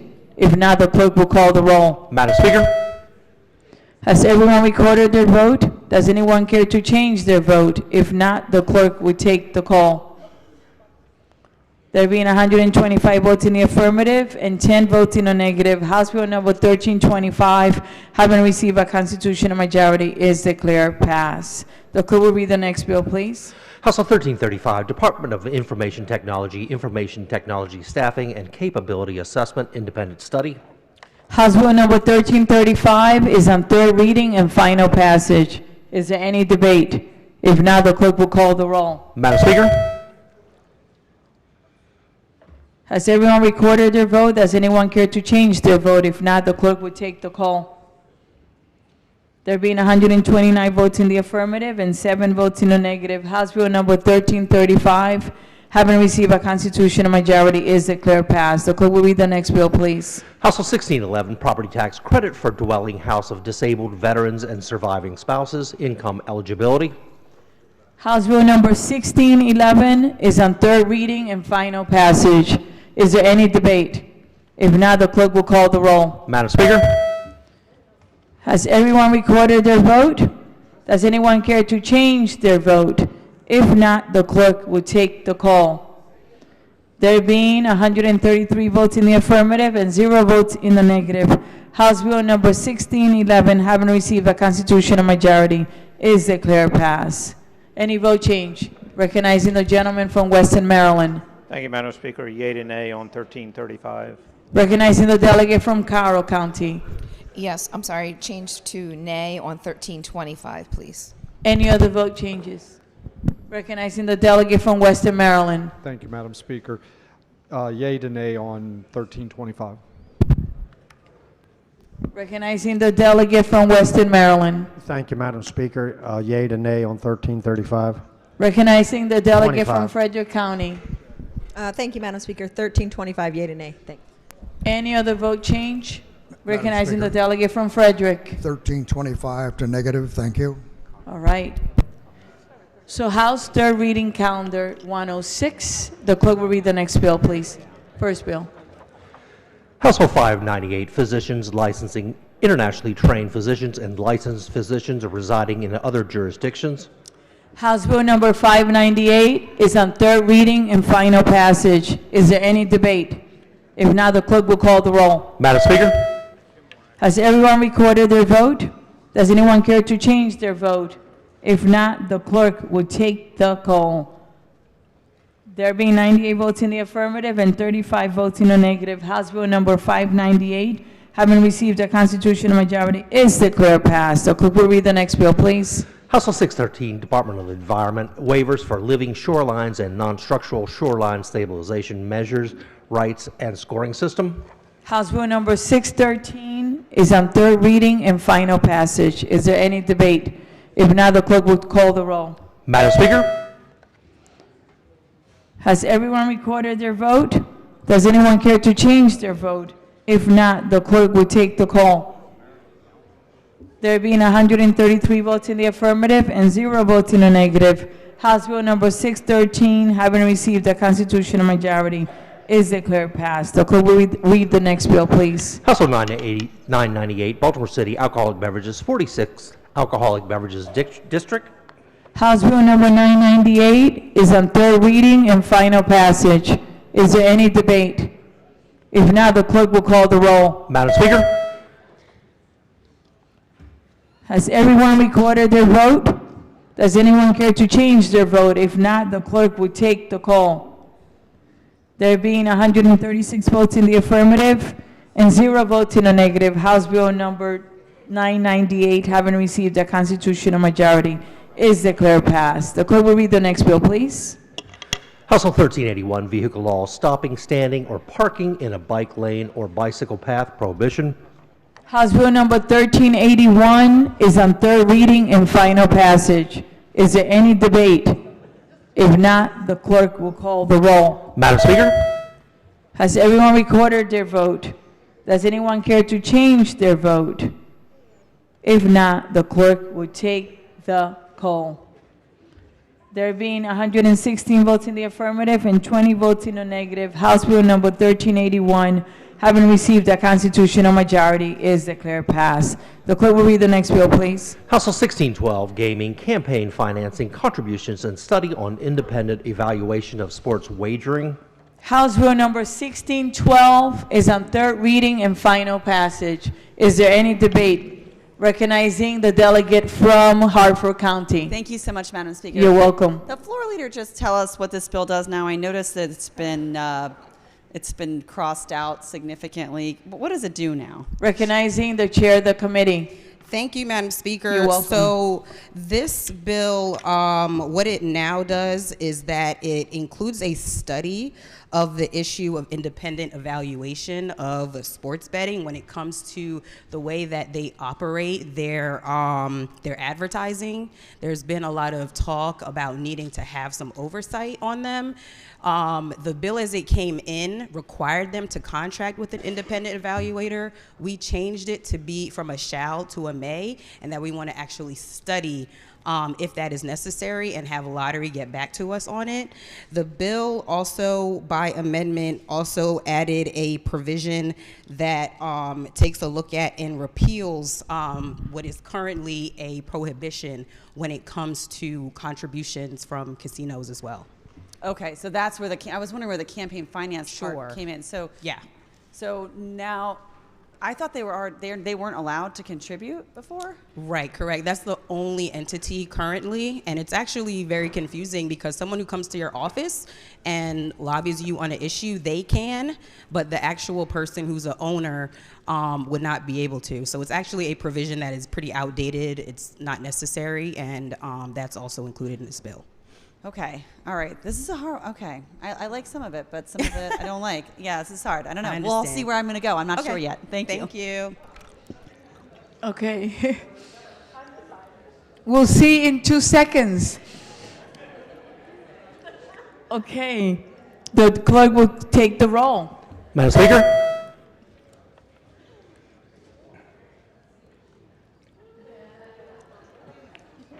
Oh. Okay. The clerk will take the call.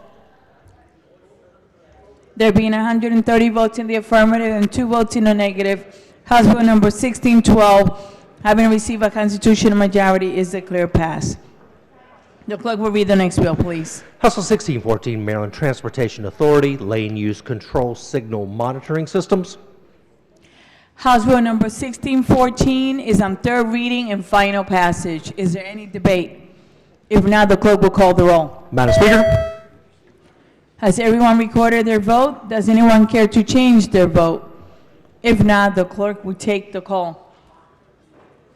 There being 107 votes in the affirmative and 27 votes in the negative, House Bill number 1614, having received a constitutional majority, is declared passed. Vote change, recognizing the person I saw first, the gentleman from Southern Maryland. Thank you, Madam Speaker. House Bill 929 to read. Thank you. The lady from Prince George's. Thank you, Madam Speaker. House Bill 598, I'd like to be recorded in the green. Thank you. The gentleman from Baltimore County. Thank you. 1325 to read. The gentleman from the Eastern Shore in the back. Thank you, Madam Speaker. House Bill 1142 to green. The gentleman from the Eastern Shore to my left. Thank you, Madam Speaker. House Bill 1142 to green. The gentleman from the Eastern Shore to my right. Yes, Madam Speaker. House Bill 1142 going to green. The gentleman from the Eastern Shore in the back. House Bill 1614 to green. Anyone else for vote change? The gentleman from Frederick. Thank you, Madam Speaker. House Bill 1614 to no. The gentleman from Baltimore County. Yes, Madam Speaker. HB 1381 to green, please. Any other vote change? Please remember to turn in your yellow slips. And to the clerk, to the new pages, thank you for helping us out. All right, we have House third reading calendar number 107. The clerk will read the next bill. House Bill 16, Correctional Services, Maryland Parole Commission, members and hearing examiners. House Bill number 16 is on third reading and final passage. Is there any debate? If not, the clerk will call the roll. Madam Speaker? Has everyone recorded their vote? Does anyone care to change their vote? If not, the clerk will take the call. There being 98 votes in the affirmative and 36 votes in the negative, House Bill number 16, having received a constitutional majority, is declared passed. The clerk will read the next bill, please. House Bill 583, Prince George's County Alcoholic Beverages, Notice of Issuance of Class C per diem beer, wine, and liquor license. House Bill number 583 is on third reading and final passage. Is there any debate? If not, the clerk will call the roll. Madam Speaker? Has everyone recorded their vote? Does anyone care to change their vote? If not, the clerk will take the call. There being 135 votes in the affirmative and 0 votes in the negative, House Bill number 583, Having received a constitutional majority, is declared passed. The clerk will read the next. Vote Household change. 9. No, my button actually is not working, but I am here. Okay. Thank you. I just want the clerk to be able to fix my button. Okay. What do you want to vote? What will you vote? It is, HB 16. yes. And HB 583 for yay. Yes. Thank you. All right, please remember to fill out the little yellow slip. And thank you for letting us know. Any other vote changes or corrections? The lady from Hartford County? I just have a question about this bill. We have it read. I have to read it across the desk All first. right, yeah, no rush. Okay. House Bill number 969 is on third reading and final passage. Is there any debate now? The lady from Hartford County. Thank you, Madam Speaker. Oh, wait a second. Oh, okay.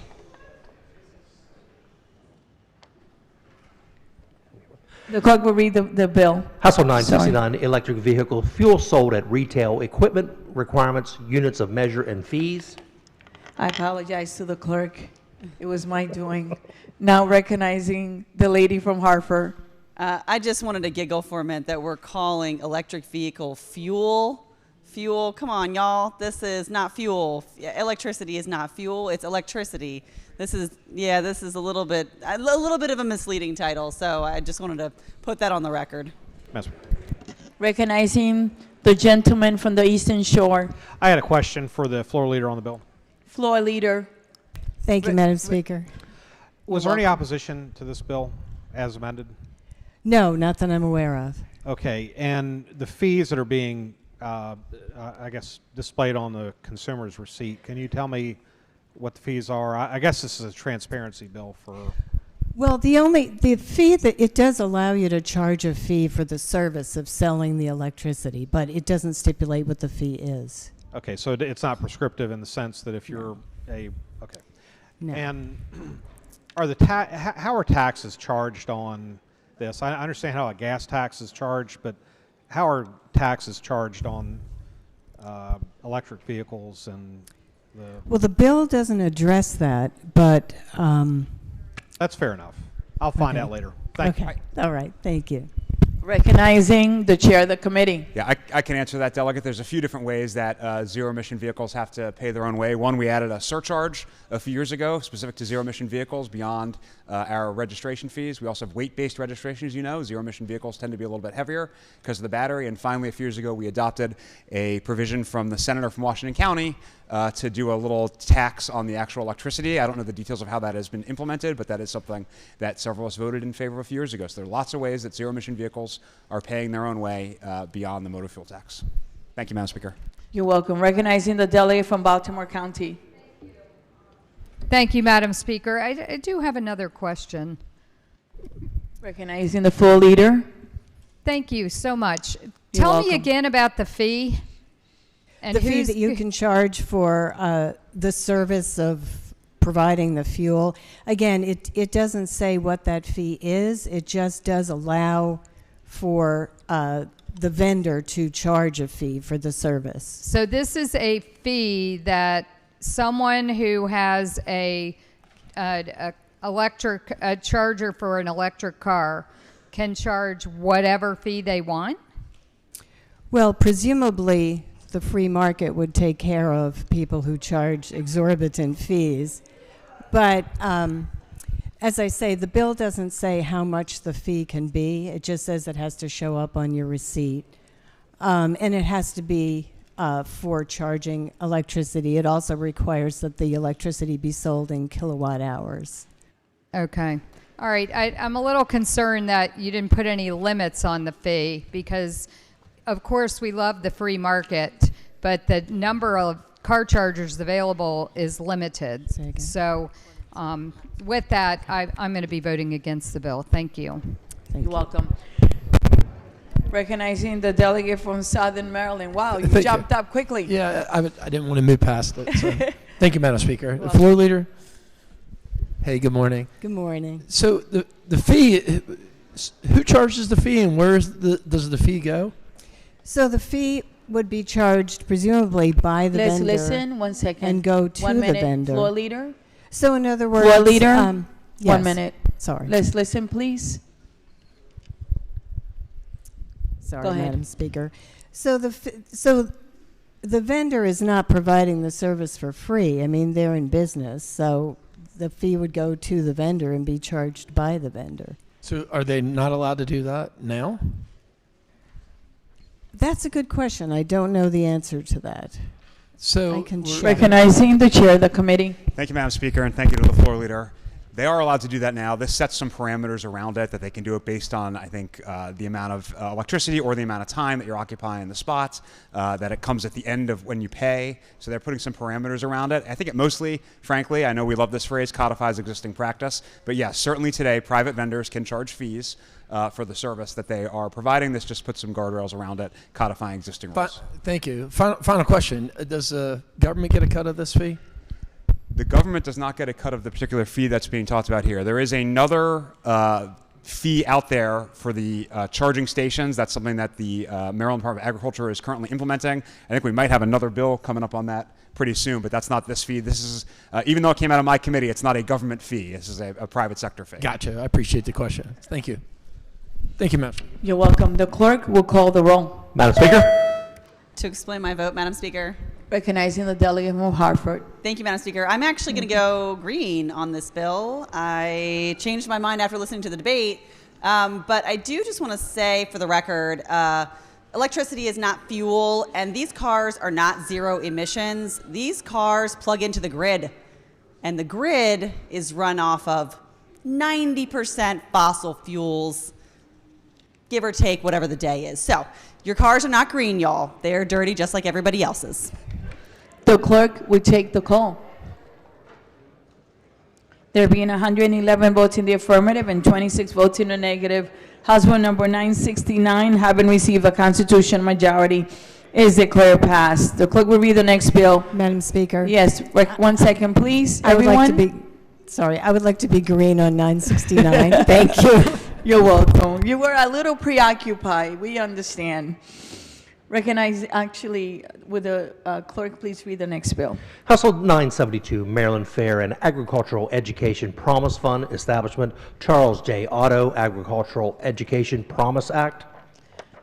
House Bill number 972 is on third reading and final passage. Is there any debate? Recognizing the gentleman from the Eastern Shore.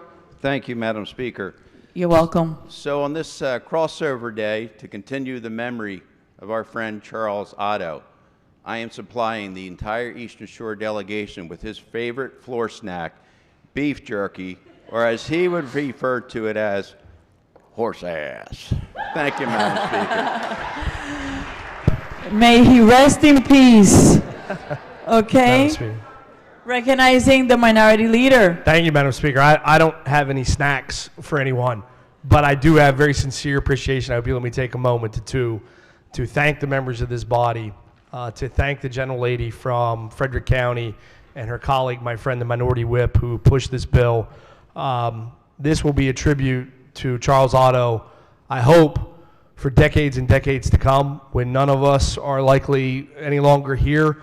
Some young delegates sitting in these seats will be considering to continue to fund this project and put money into it and help people that Charles cared about very much, young people across the state learning how to be better, more responsible farmers, and they'll say, who in the heck was Charles Otto? And I hope they take a couple minutes to find out what a unique, what a decent, what a kind, what a talented man he was, and a friend and a colleague to all of us, not just in the Republican caucus, but to those of us here in the Maryland General Assembly. Thank you from the bottom of our hearts for making this bill happen and for putting it in Charles's memory. Thank you, Madam Speaker. You're welcome. He had a beautiful smile, recognizing the gentleman from the Eastern Shore. Thank you, Madam Speaker. And I do want to thank the committee for this honor for our good friend. And I just want to add, when I was a freshman delegate in 2015, Charles was elected the chairman of the Eastern Shore delegation. And for 4 years, when we had these meetings in person, I watched him in practice display, salt of the earth temperament, moral compass that relates to us on the Eastern Shore, hardworking, thoughtful, fight when we need to fight, but certainly compromise in every way that we can possibly. His honor through this piece of legislation is well respected by all of us on the Eastern Shore and certainly throughout the state of Maryland. It does mean a great deal. I'll just add for the other comments made here that the committee and the chair took this moment to honor his name and memory. Thank you. Recognizing the delegate from Prince George's. Thank you. I didn't think I would get up on this, but I have to say that Delegate Otto was a dear friend because we, ironically, we have very opposing points of view, to say the least. But we would sit every night together at night and we would have dinner together for years since I came here. And we would fight, we would kiss and make up, and we would fight, and we would kiss and make up. And at the end of the day, it just came that we have more in common than we have different. So thank you. Recognizing the delegate from Frederick. Thank you, Madam Speaker. You're welcome. Permission to use delegates' names? Permission granted. Thank you. You're welcome. First, I would like to, on behalf of my seatmate and I, Delegate Pippi, I want to thank the FFA students at Middletown High School who worked for over a year on this legislation to support agricultural education in our state. And this bill is a result of their initiative. But the passage of this bill represents a bipartisan collaborative team effort, which would not have been possible without the support of the Environment and Transportation Chair, the Vice Chair, and Subcommittee Chair Ziegler, the entire ENT Committee, the Rural Caucus, and most especially the Minority Leader, Minority Whip, and Delegate Jay Jacobs. With our vote, what? I did. But thank you for having my back. I appreciate it. With our vote today, we are able to memorialize one of our own, a man that did have a smile a mile wide, was always quick with a joke, a kind word, and was a tireless advocate for agriculture and the Eastern Shore.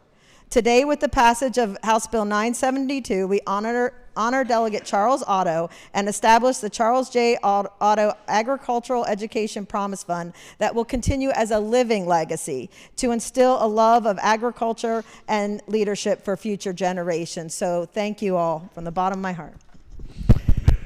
Okay, recognizing the delegate from Prince George's and then Baltimore. I must say, Madam Speaker, as you all know, Delegate, Delegate Otto and I had dinner every Tuesday for 11 years. 11 years, and all he talked about is farming, and I talked about farming when I was down in Virginia. So I just want to say this is so, so beautiful to be done in recognition of my good friend, Delegate Otto. Recognizing the delegate from Baltimore County. Thank you, Madam Speaker. I had a very dear friend who passed, and she was in Delegate Otto's district, and she really liked him, and her family insisted on having a citation from him, and he sent one and a note to her family. So when he passed, I let the family know that he had passed, and their responses was if they knew him personally, and they wanted to know, and I got from a delegate from the Eastern Shore his contact information so that they could do something for the family, and they did. So I will let them know about this because it will mean an awful lot to them to just show that it's not race, it's not politics, it's just about the work that we do for our constituents. Thank you. Thank you. Recognizing the delegate from Frederick. Thank you, Madam Chair. I guess, in fact, I know most everyone, if not all of us, have known in contact with Charles Otto. Two major points you can say about Charles. He was a fine man and a good friend, no question. Thank you. Recognizing the delegate from Baltimore County. Thank you, Madam Speaker. You always remind us, be kind, life is too short. It's hard to believe that our friend, Delegate Otto, is gone, and he sat he sat here in the chamber behind the Baltimore County. We share many conversation with the respect, and as we consider a bill bearing his name today, we honor his commitment, his character, and his confidence on the public service, and our deepest condolence to his family. Thank you. Rest in peace. Recognizing the delegate from the Eastern Shore. Thank you, Madam Speaker. You're welcome. Ladies and gentlemen, as you know, Delegate Otto and I got elected together. We shared the same office, same committee, same subcommittee, same lunch, everything every day for 15 years. And I didn't know him before we got here, but we were the entertainment section back here most of the time. He was a character, but he loved this place. He loved everyone in here. I'll tell you, he never got upset. I mean, and if he did, it was very rare. But I mean, he just loved people. He loved this place. And for those of you that went to his viewing and funeral, I mean, I had to stand in line for an hour and 15 minutes just to get in the building to see him. I mean, I never saw such an outpouring of affection and caring by this group. And I was proud to be a member of the House of Delegates to see that kind of participation at his services, because he felt that way about this place. And I know he did. We had a lot of conversations about it. But I really want to thank the chair of E&T and the chair of appropriations, those who really made this happen, and both committees. I mean, all of us in here, you can hear by the comments that are being made, this is really a joint effort, but it really took the lead of the chairs to really make this happen. And I know his family is thrilled. I know how he felt about ag education and agriculture as a whole, and he would be, I know he's up in heaven smiling right now, there's no question, because this is the kind of thing he really cared about, and it couldn't happen to a finer person. So I thank you all on behalf of my friend that's not here today. Beautiful. Recognizing the gentleman from the Eastern Shore.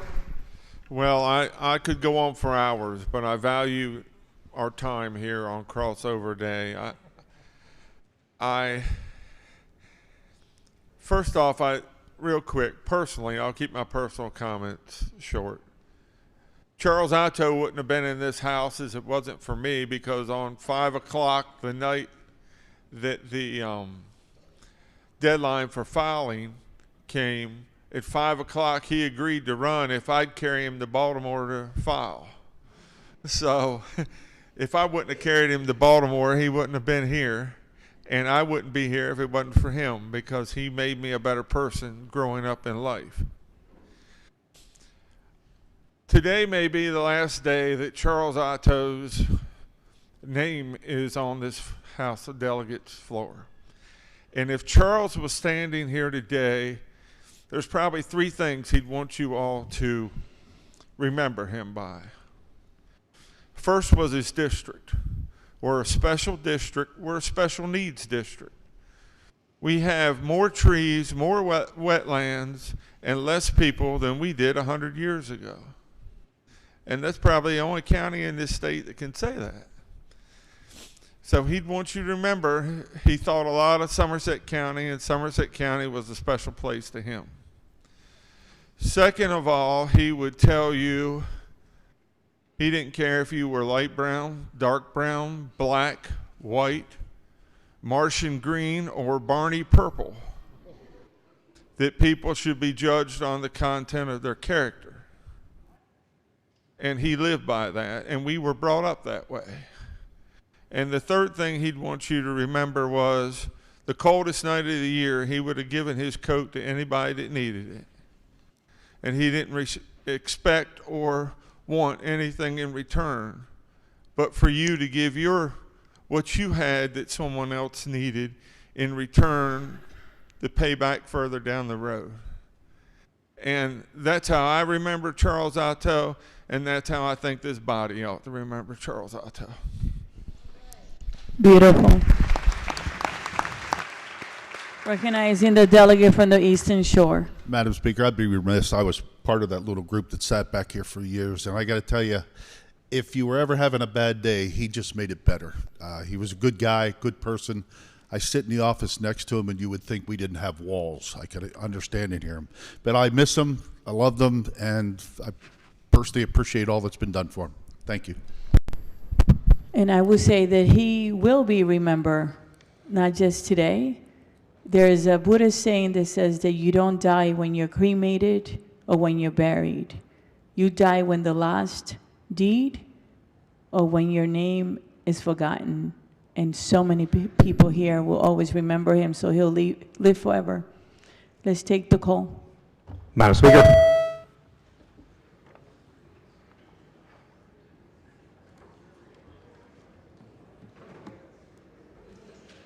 Okay. The clerk would take the call. There being 137 votes in the affirmative and 1 vote in the negative, House Bill 972, having received a constitutional majority, is declared passed. May he rest in peace.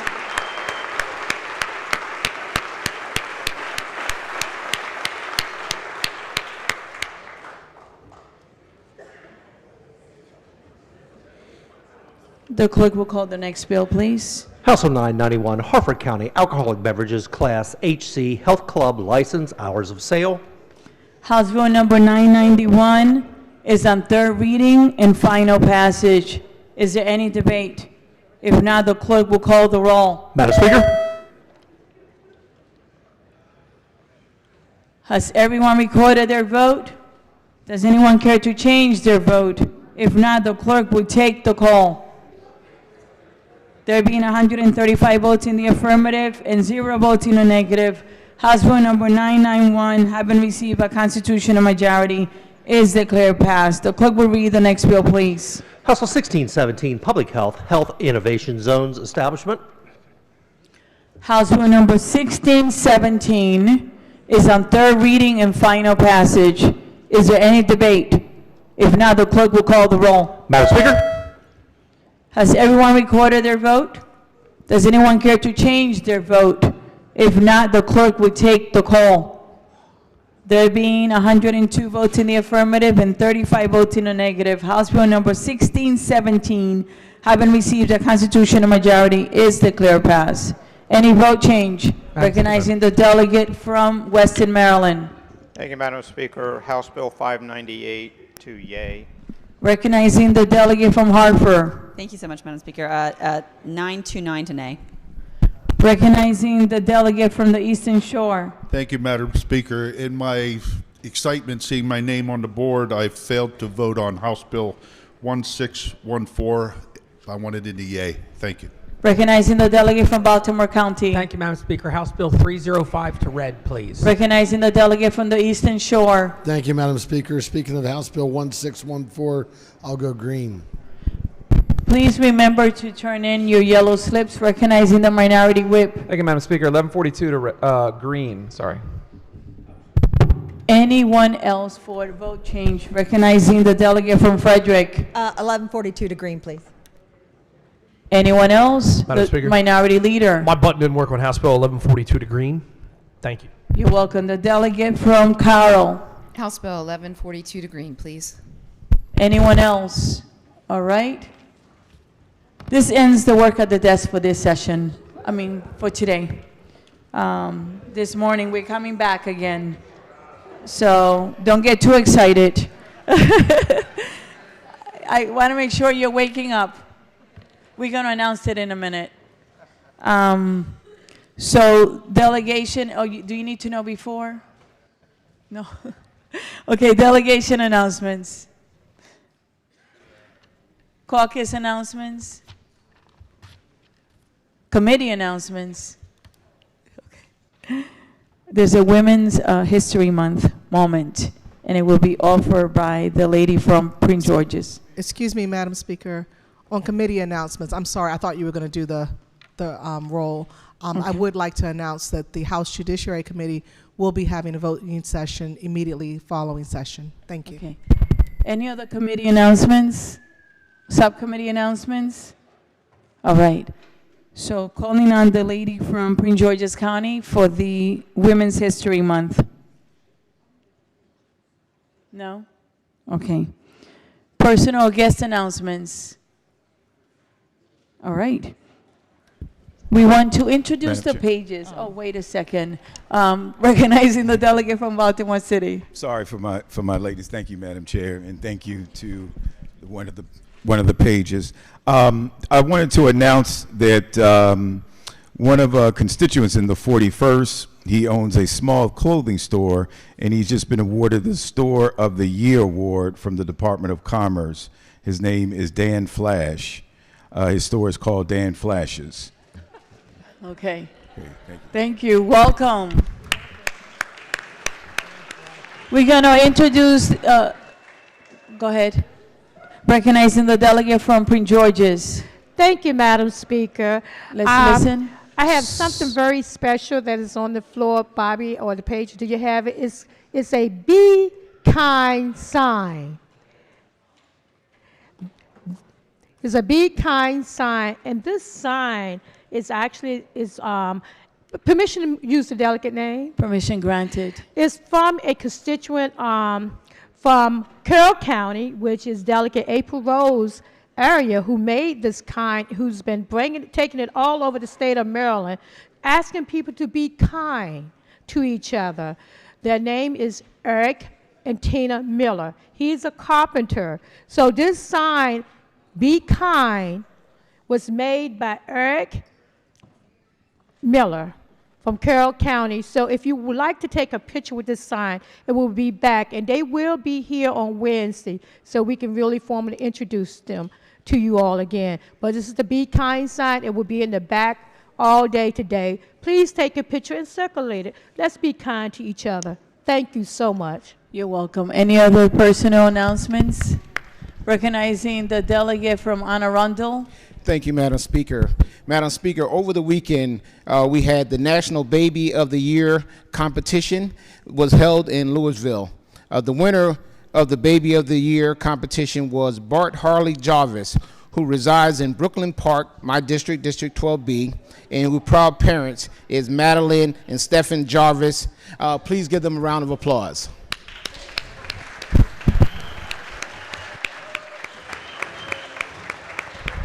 Recognizing the delegate from Baltimore County. Come on, we're still in session. Let's listen for a minute. Please, thank you. Go ahead. Madam Speaker, I have to take a little bit of objection to the most recent announcement, because I was told that the parents of the National Baby of the Year competition are from, well, actually, it's close to my district. It's in Garrison, Baltimore County. So we'll have to figure this out as to which district he's meant. But yes, thank you, Madam Speaker. Okay. Any other personal announcement or guest announcements? All right, let's introduce the pages, please. Let's.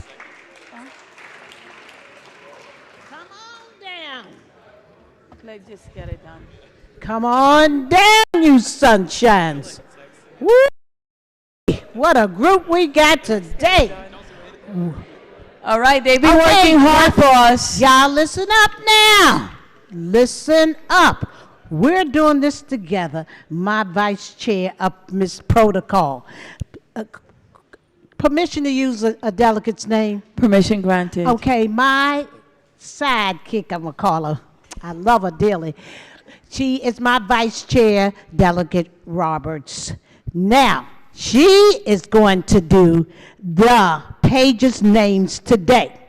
Now, you ready? Okay, here we go. I got this. You got the drill? You know the drill. Let's go with the first name. Come on down. Put the volume right, down a little bit. Thank you, Madam Chair. The first page that we're going to recognize, we're also going to recognize her for say happy birthday to her because today is her birthday, and her name is Ariolua Ajakaye, Prince George's County from District 22, Eleanor Roosevelt High School. Happy birthday! Happy birthday! Next, Isabel Cabrera, Carroll County, District 5, Liberty High School. Michael Gannon, Montgomery County, District 19, Colonel Zadok Magruder High School. Keon Henson, Kent County, District 36, Kent County High School. Braden Morgan, Anne Arundel County, District 31, Glen Burnie High School. Samaj Thomas, Charles County, District 28, La Plata High School.